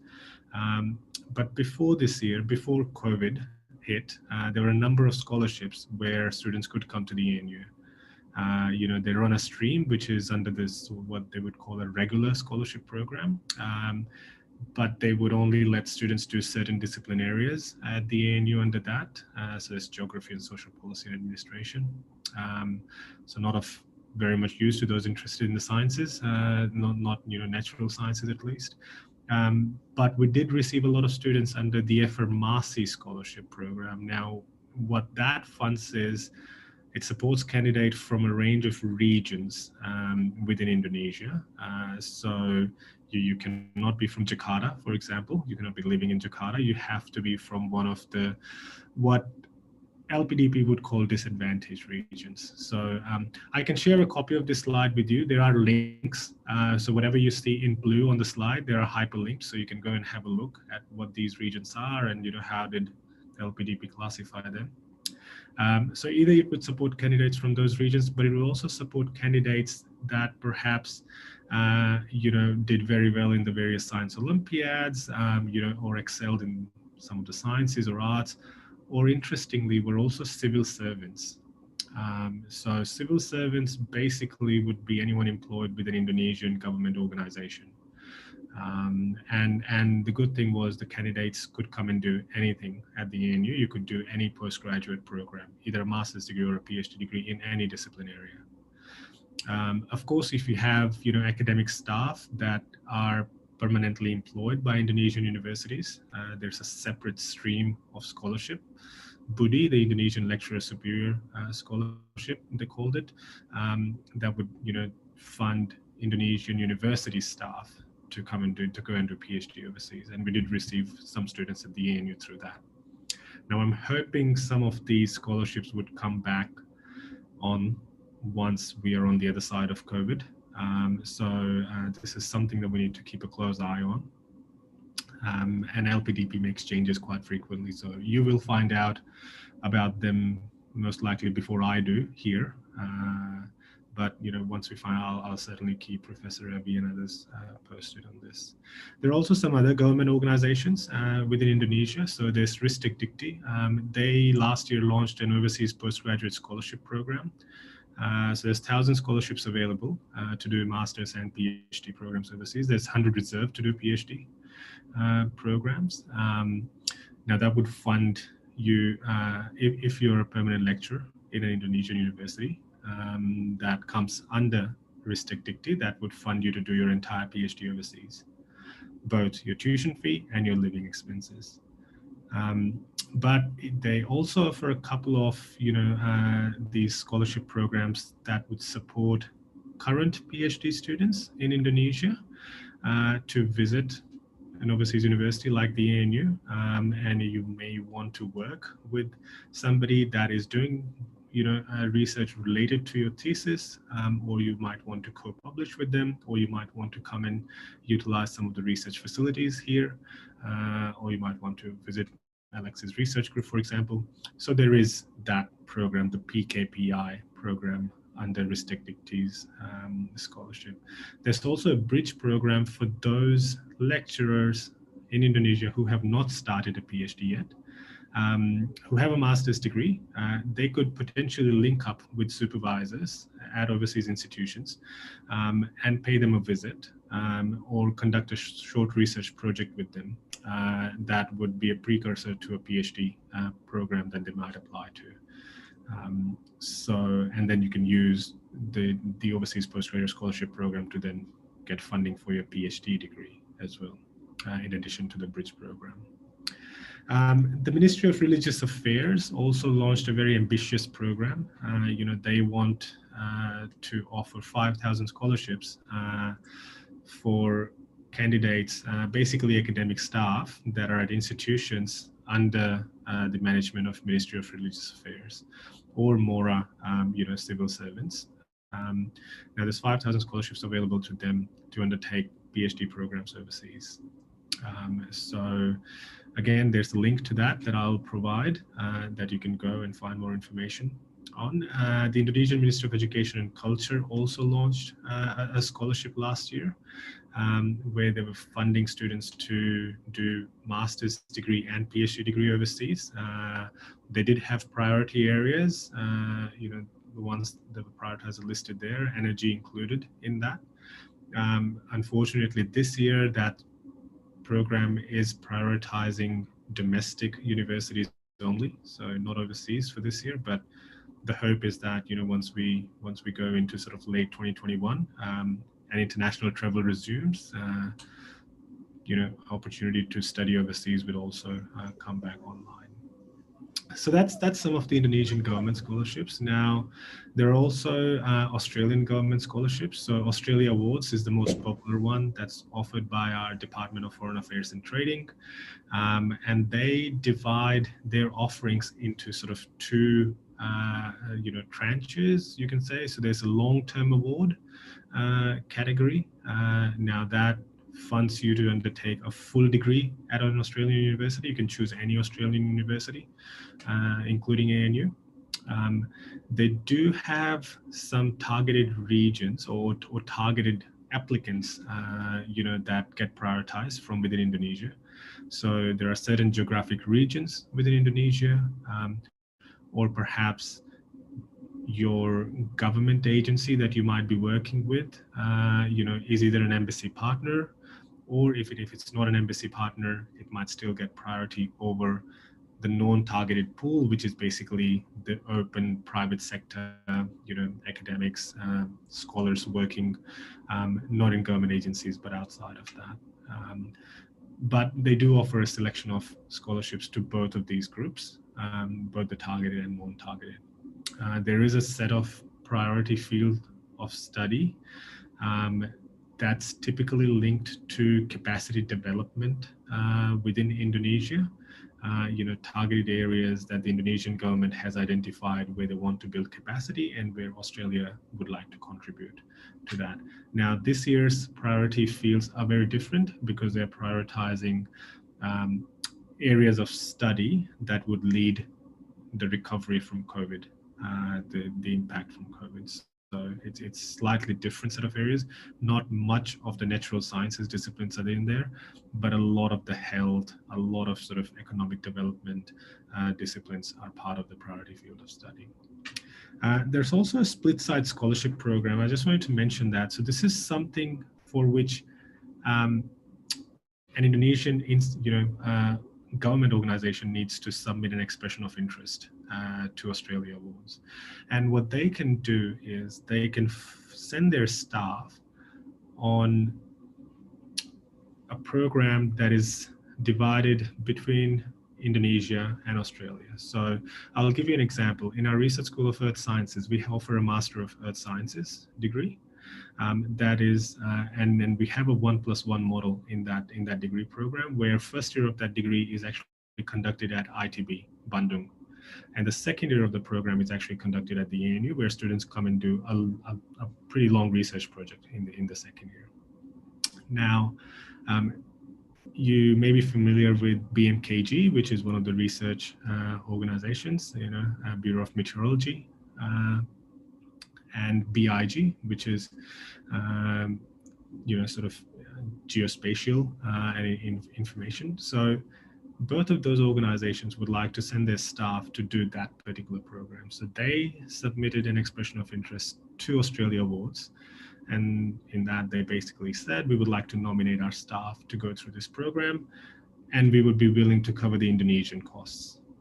And what DFAT or the Australia Awards then do is if your EOI is successful, they would then come and say, okay, that's great. And we would fund the Australian costs when students travel to Australia to complete the second part of the degree program.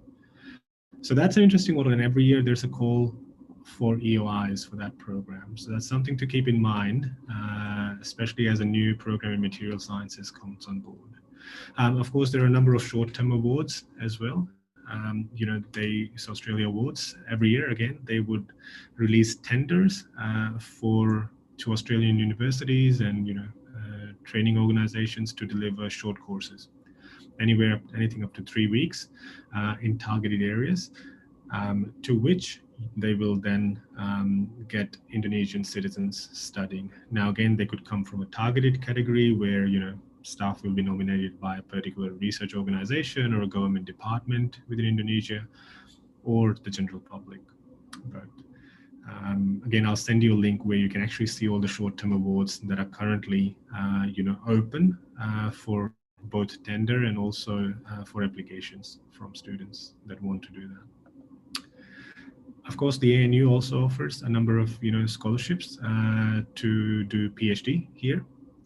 The most basically our most widely used vehicle is the Australian Government Research Training Program, through which your stipend, which is basically money that you get to sustain your living costs here, is provided. So that's about, I think the rate now is about $28,000 per year, tax-free. So you would get that, and then also your tuition fee is paid to the ANU as well. So there is no cost to the scholar. It is quite difficult to get that scholarship. It is very competitive, and we don't have too many of these on offer, unfortunately. So I think across the sciences we would have, in any given, the number of scholarships on offer changes every year, but in any given year we would have between sort of 20 to 30 of these scholarships to offer. This is across all the sciences, to all international students. So it is very competitive to get these scholarships.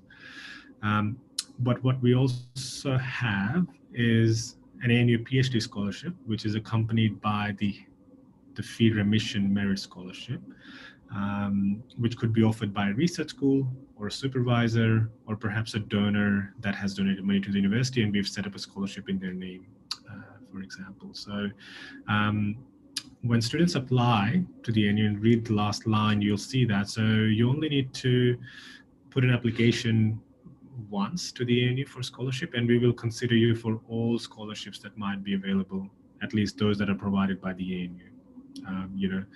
We'll consider you first for the Australian government one, but if that's not successful, then we'll of course reach out to the research school. We'll also reach out to the supervisor, and we'll go through all of our other scholarships that you may qualify for. So you only need to apply once. The deadlines are pretty strict. There are 2 rounds now, which is good. So we are running 2 different rounds for these scholarships. So one round closes at the end of August, the other one in the middle of April. And again, that link would give you more details. For those that want to do a master's degree by coursework, ANU doesn't offer a lot of scholarships. We only have one, which is the ANU Chancellor's International Scholarship. There's many of them, but 30 are assigned only to students from Southeast Asian regions. So there's a good chance that many of them would go to Indonesian students. The selection is on the basis of academic merit, but that scholarship amount is applied towards the program tuition fee. And the tuition fee at the ANU is not cheap by any means. That it's about 48,000 Australian dollars per year for most of our master degree programs. So it is basically subsidizing a quarter of your master's degree program tuition fee, because most of our master's degrees are 2 years anyway. And Alexi mentioned the Future Research Talent Awards program. So this is something we launched last year in Indonesia, and we selected the first cohort of scholars that was supposed to come this year, but unfortunately could not.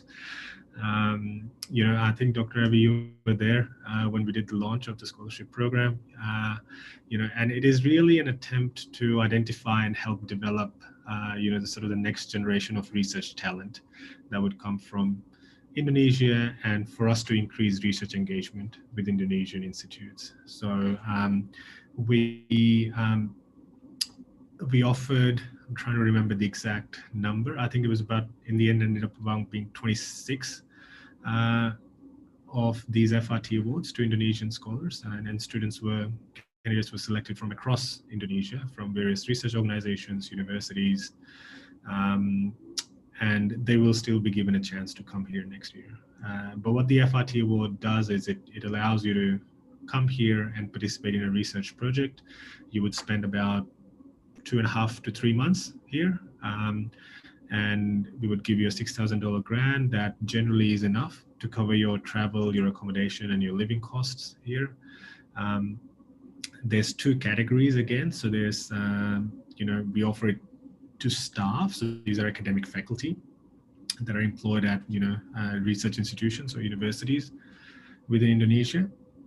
Or, and then there's a second category of students as well, where we offer it to senior undergraduate or master degree students at our partner institutions. So the interesting thing is the way we run the program is we reach out to our Indonesian university partners and research institution partners for nominations. So you cannot apply as a student, you cannot apply directly to us. You will need to consult with your university or your research organization. They will then do a first round of selection from within their institute and then nominate the successful candidates to us, from which the ANU will then do a second round of selections. So we are not selecting any new scholars this year because we're giving preference to those that were selected to come this year. They'll be able to come next year. But around sort of August or September next year, we will run a new call of applications to bring a new set of scholars here in 2022. This is again a quick video because we piloted the FRT program in India first. So you will see some of our Indian scholars that actually came here at the ANU through the FRT program. And this is just a video about their experience and what they got out of it. So I'll just play it. It's a pretty short video.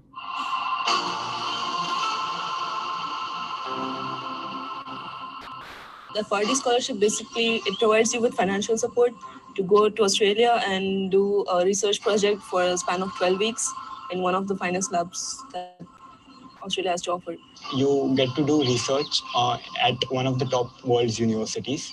It provides us with the opportunity to see how labs work abroad, which will be different from the summer internships we have had here in India. To be in a whole new environment for a period of 3 months is like super exciting for me. Living in a completely different country is a very good experience to have. It's a life-changing opportunity. I mean, those 3 months, I would say, a golden period of my life where I learned a lot of things and I bring a lot of change in me. I would surely recommend this program and I would urge my friends back to apply for this program because there's a lot to learn about research and apart from research.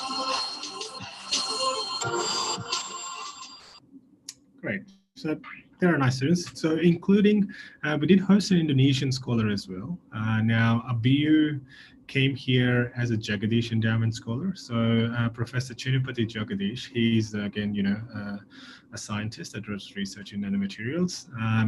He initiated an endowment scheme on which the FRT scheme is actually built. So Abiyu came through Professor Jagadish's endowment scheme. He came to the ANU last year, and that's his quote.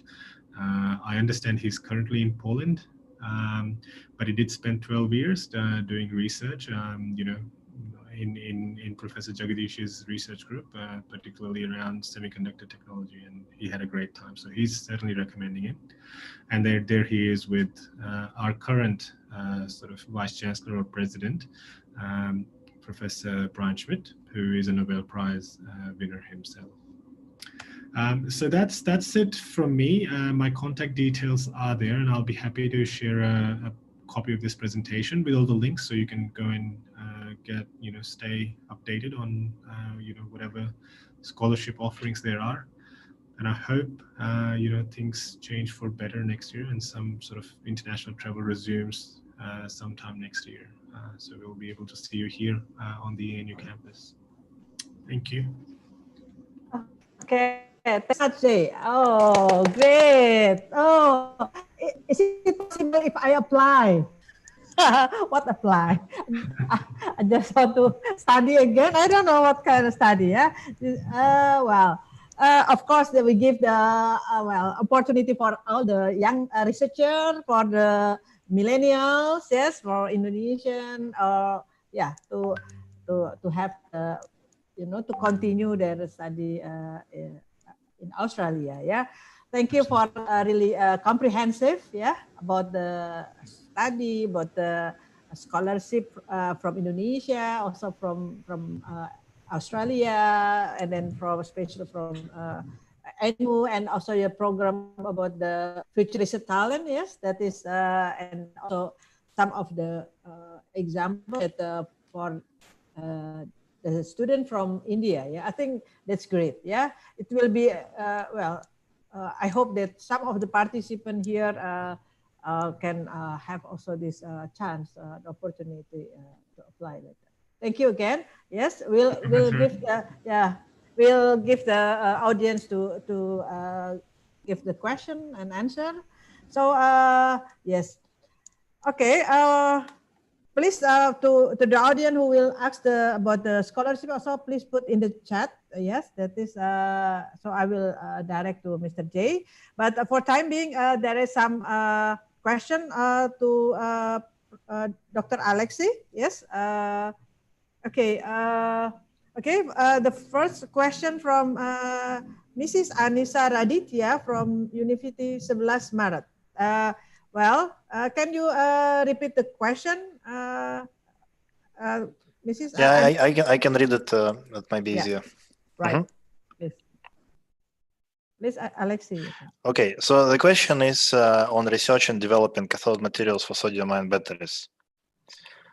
So there are problems in the synthesis of materials, including the stability of sodium metal in the air and atmosphere, and the assembly process requires a complex method.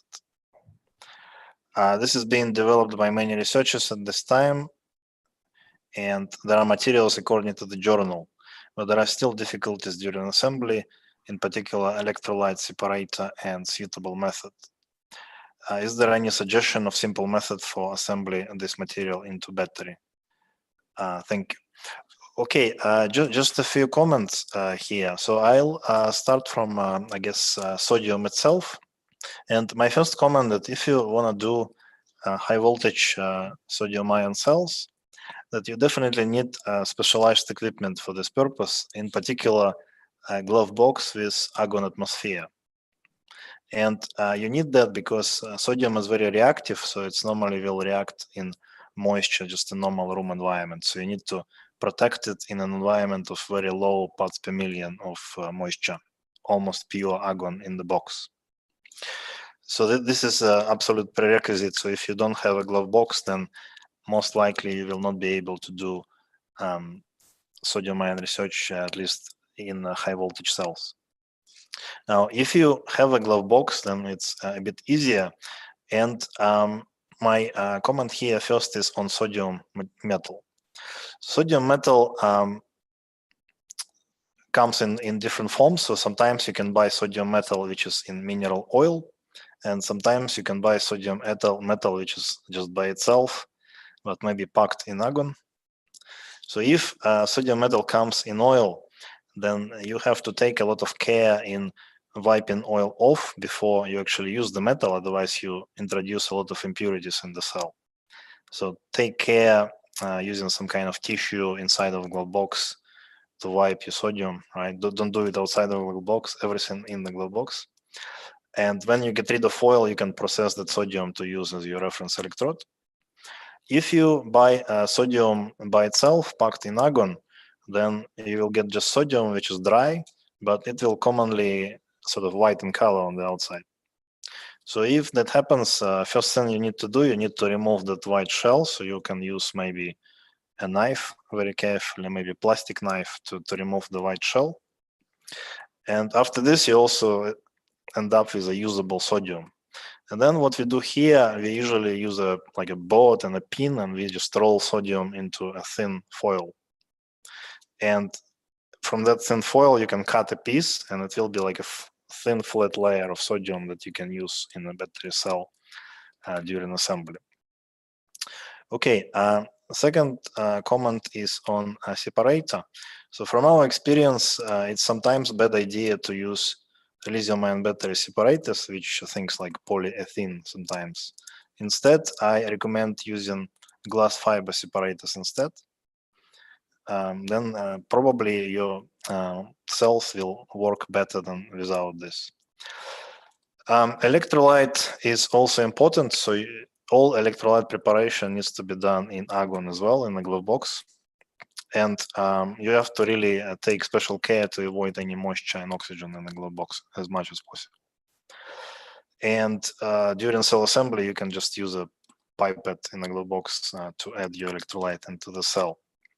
And finally, I also recommend, especially if you use coin cells as your type of batteries for the test, I recommend that you have a special instrument, which is a kind of machine, inside of glove box to just press the cell together very nicely, very reproducibly. If you don't have a press for coin cells, you can still utilize a different like screw type technology of cells, which is known as swage lock cells. That can be done without this equipment, but then it's also a little bit tricky in a different way to use that. Okay, I think that's about it. Of course, there is also electrode preparation, which is a separate business, and I need to do it correctly. Make sure that your electrode adheres to the substrate very nicely, the current collector, and doesn't peel off, and it's stable and neat without cracks. So before you test your material in the cell, make sure that electrode is done very well as well. Just a comment to complete this, sodium-ion cells, everything I said relates to conventional, if I can call them conventional, sodium cells with organic electrolyte. Now, there is a little bit of research globally also on aqueous sodium cells. And of course, in aqueous sodium cells, it's a different cell. You're not going to have 3-4 volts like you might in organic cell. You'll have maybe 1 volt cell. But the advantage here is that if you do research on this type of batteries, it can be done without glove box, so you can just do it in a room, and you don't have to care about contamination with low levels of moisture. You can use actually electrolytes, which are solutions of something in water, and it can be done in the lab directly. So that would be my comment here. I hope I sort of covered most of the bases.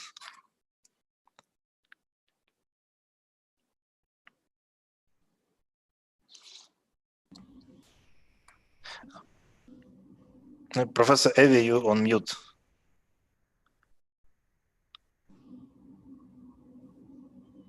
Okay, thank you.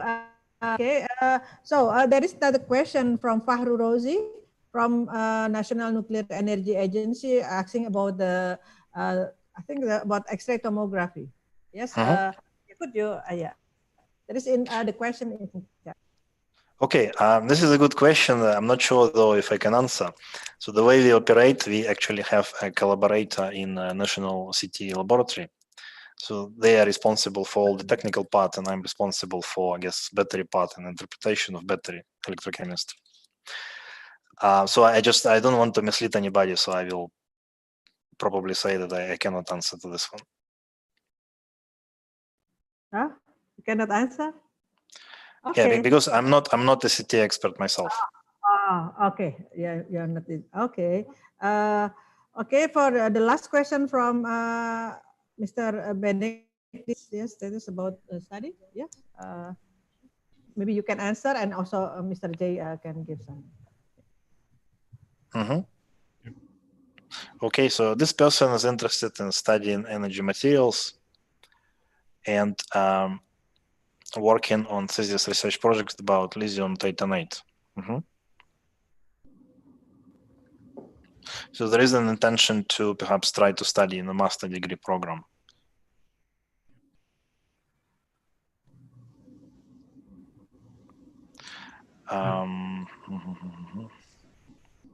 Okay, I think definitely possible to study with us, yes.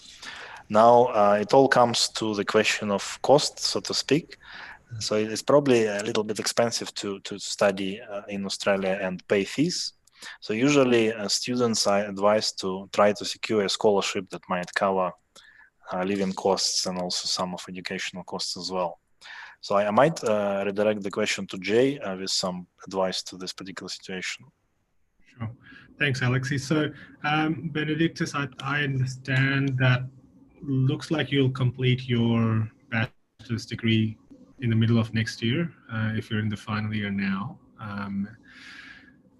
Look, we do have a Master of Science in Material Sciences degree, which will have a large research project attached to it, which you could do, in the area of sort of, you could study battery materials and engineering as part of that degree, but that degree does not start until the beginning of 2022.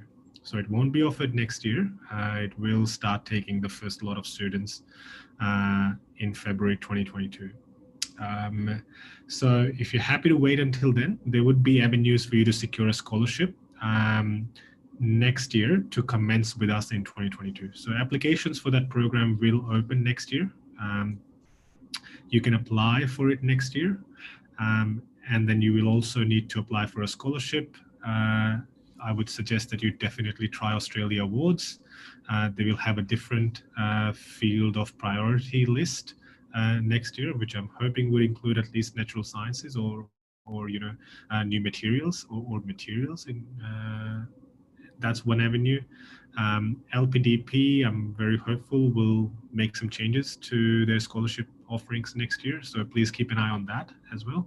That's another avenue that you could apply through. And of course, try some of the other, scholarship schemes that I mentioned in my presentation. So there's a few, and it's good that, you'll finish your program next year and then you have some time to get your application in, get your scholarship sorted to commence with us in 2022 when the program would be offered. Now, we're not selecting a new lot of scholars under the FRT program to come here next year, unfortunately. So you won't be able to come here through the FRT in case you were thinking of visiting us for a short period of time. But, I would suggest, if you just try for scholarships through the various agencies and put an application in to study at the ANU as well. So, once you get an offer, because most of the scholarship organizations will again need a letter of offer from you to be able to consider you for that scholarship. Oh, thank you, Jay, for yes, the information. Yes. Okay. There is another, one question to Mr. Firmansyah from Andika. Okay. The question is interested of NBRI, but can you explain about the benefit of being a member of NBRI? Can you answer that?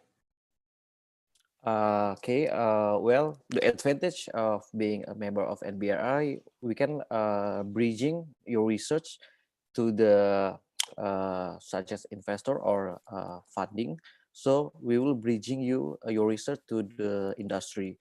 Well, actually, the idea of the NBRI is like a Silicon Valley that we make some company that have we will funding of the startup.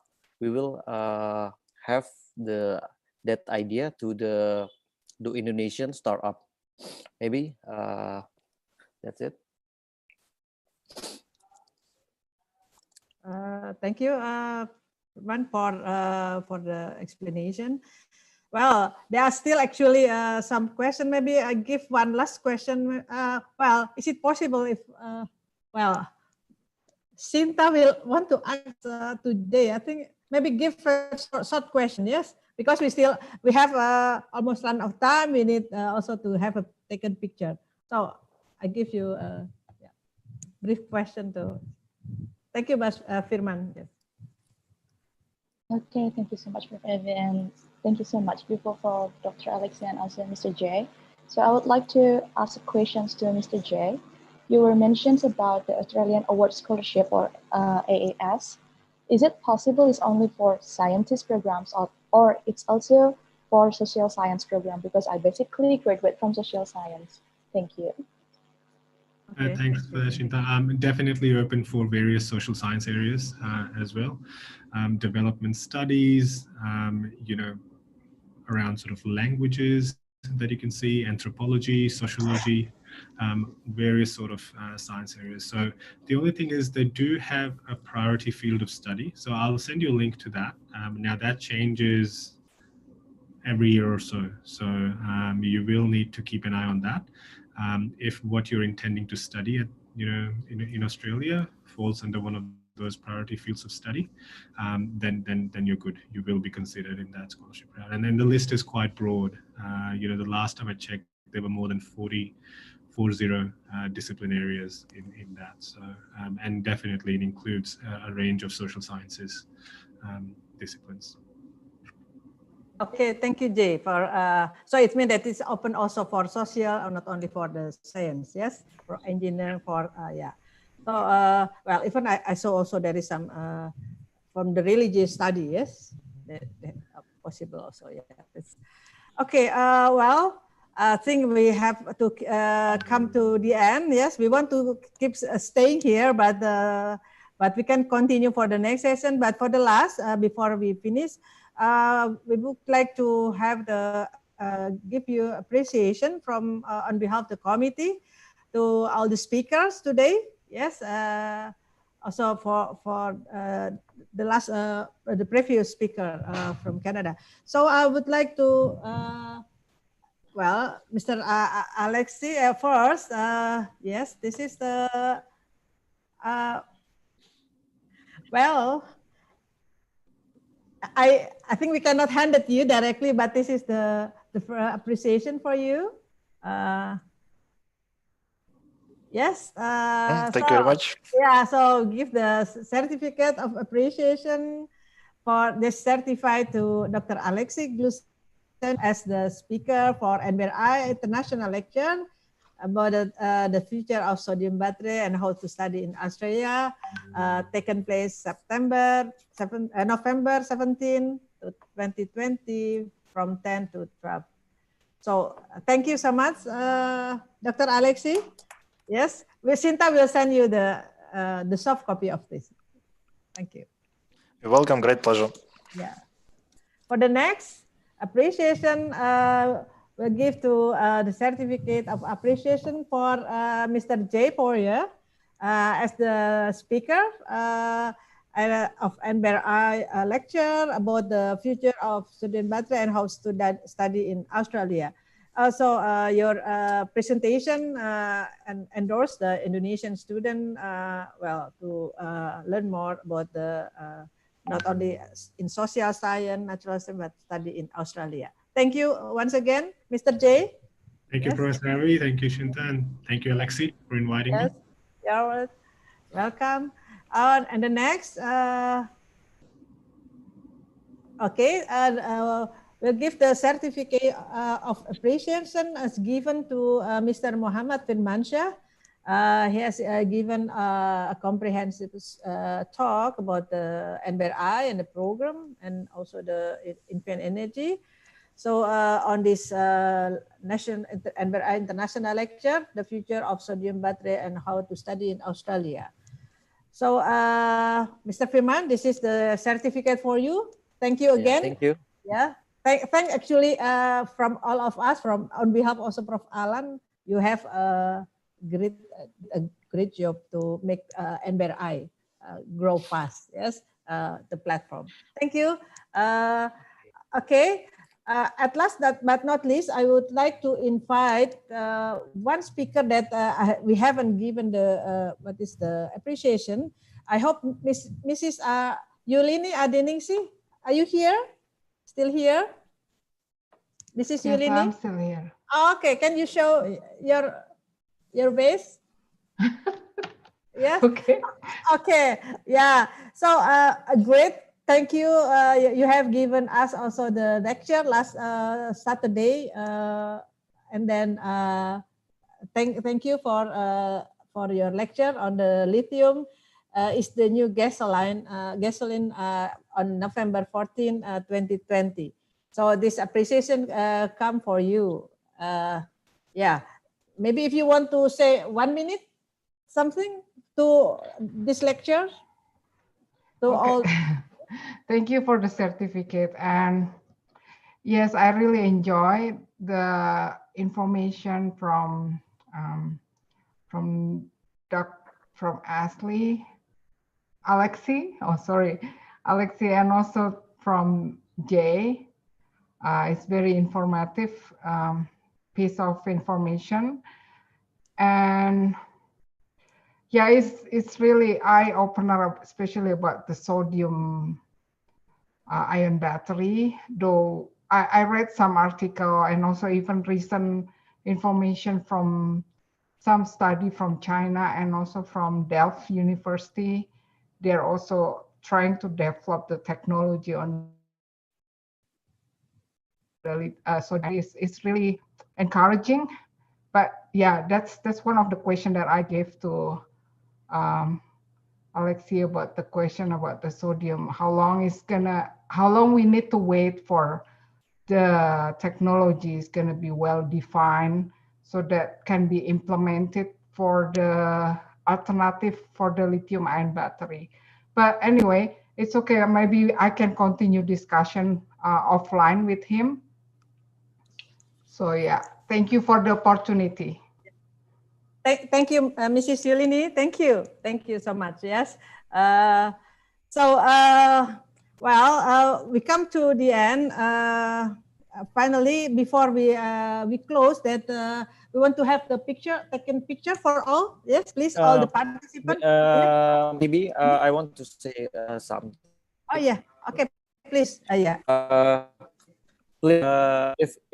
If you want to join, become a member of NBRI, please just visit n-bri.org. Registration that you must fill the information about yourself, and also please follow the Instagram, YouTube, and Twitter of AI, and all the information that related to the NBRI we will give to you. Thank you. Thank you for the information. Yes. Okay. Yeah. This channel, this lecture, all the event run by the NBRI, it's recorded in YouTube. Mr. Firman also has shown how you become the member. So the member, it can be everywhere all over the world, because we want to put them together into this is the platform of the battery and renewable energy for not only for Indonesia. Okay, so once again, so we will take pictures for all. Yeah. Okay, Tinta.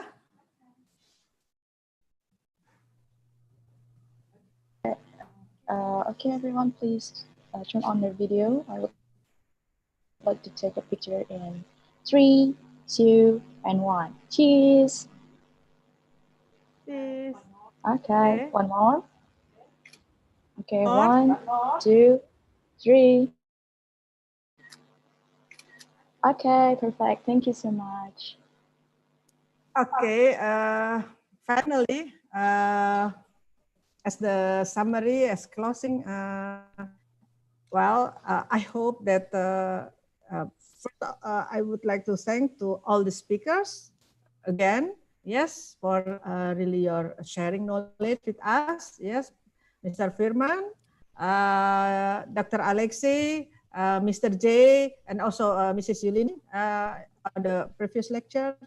So I hope these lectures, NBRI lectures, and talk will be very valuable for participants, and I hope that we can also provide you with the next event. Yes, the next event, like the lecture or millennial talk.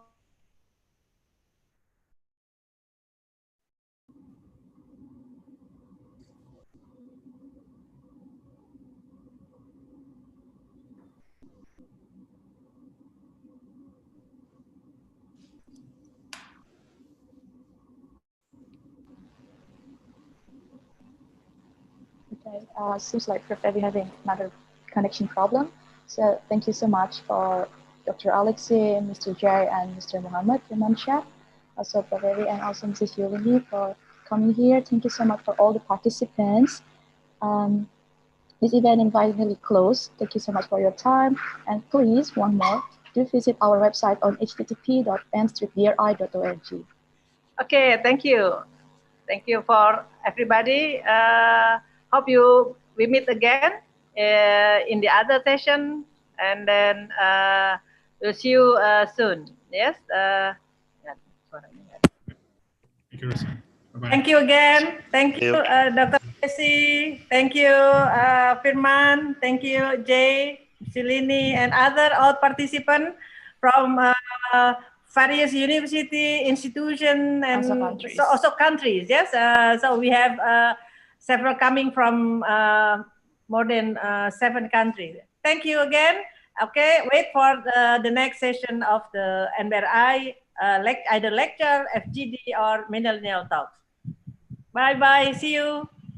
Thank you. The next time. Thank you. And See don't forget you. to fill up the present for Yeah. the certificate. For the certificate, please don't forget to fill up the presents, the form, and we will send you the certificate directly. Thank you. Thank you so much, everyone, and have a good day. See you in another event. Mungkin boleh satu nih, ada yang dari satu aja mahasiswa kasih komen boleh. Feedback, maybe belum ada. Is there anyone who want to give a feedback? We have a time. Yeah. Maybe from Albert Lee, because he is from Philippines. Oh yeah, Albert Lee. Okay, can you give a feedback to us? Okay, how about the lecture? Yeah, and can Am I you give? audible? Yes. Hello, Albert. Yeah, am I audible? Yeah, thank you for. Yes. First of all, I would like to thank to Ms. Shinta who invited me for this great webinar discussion. So it's really informative, and actually I get inspired to the presentation. I will try to apply for that scholarship. And Thank stay you. safe. Yeah.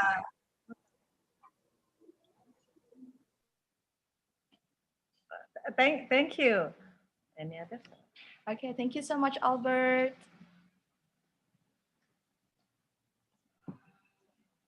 Okay, so thank you so much, everyone, and we're close. Have a good day.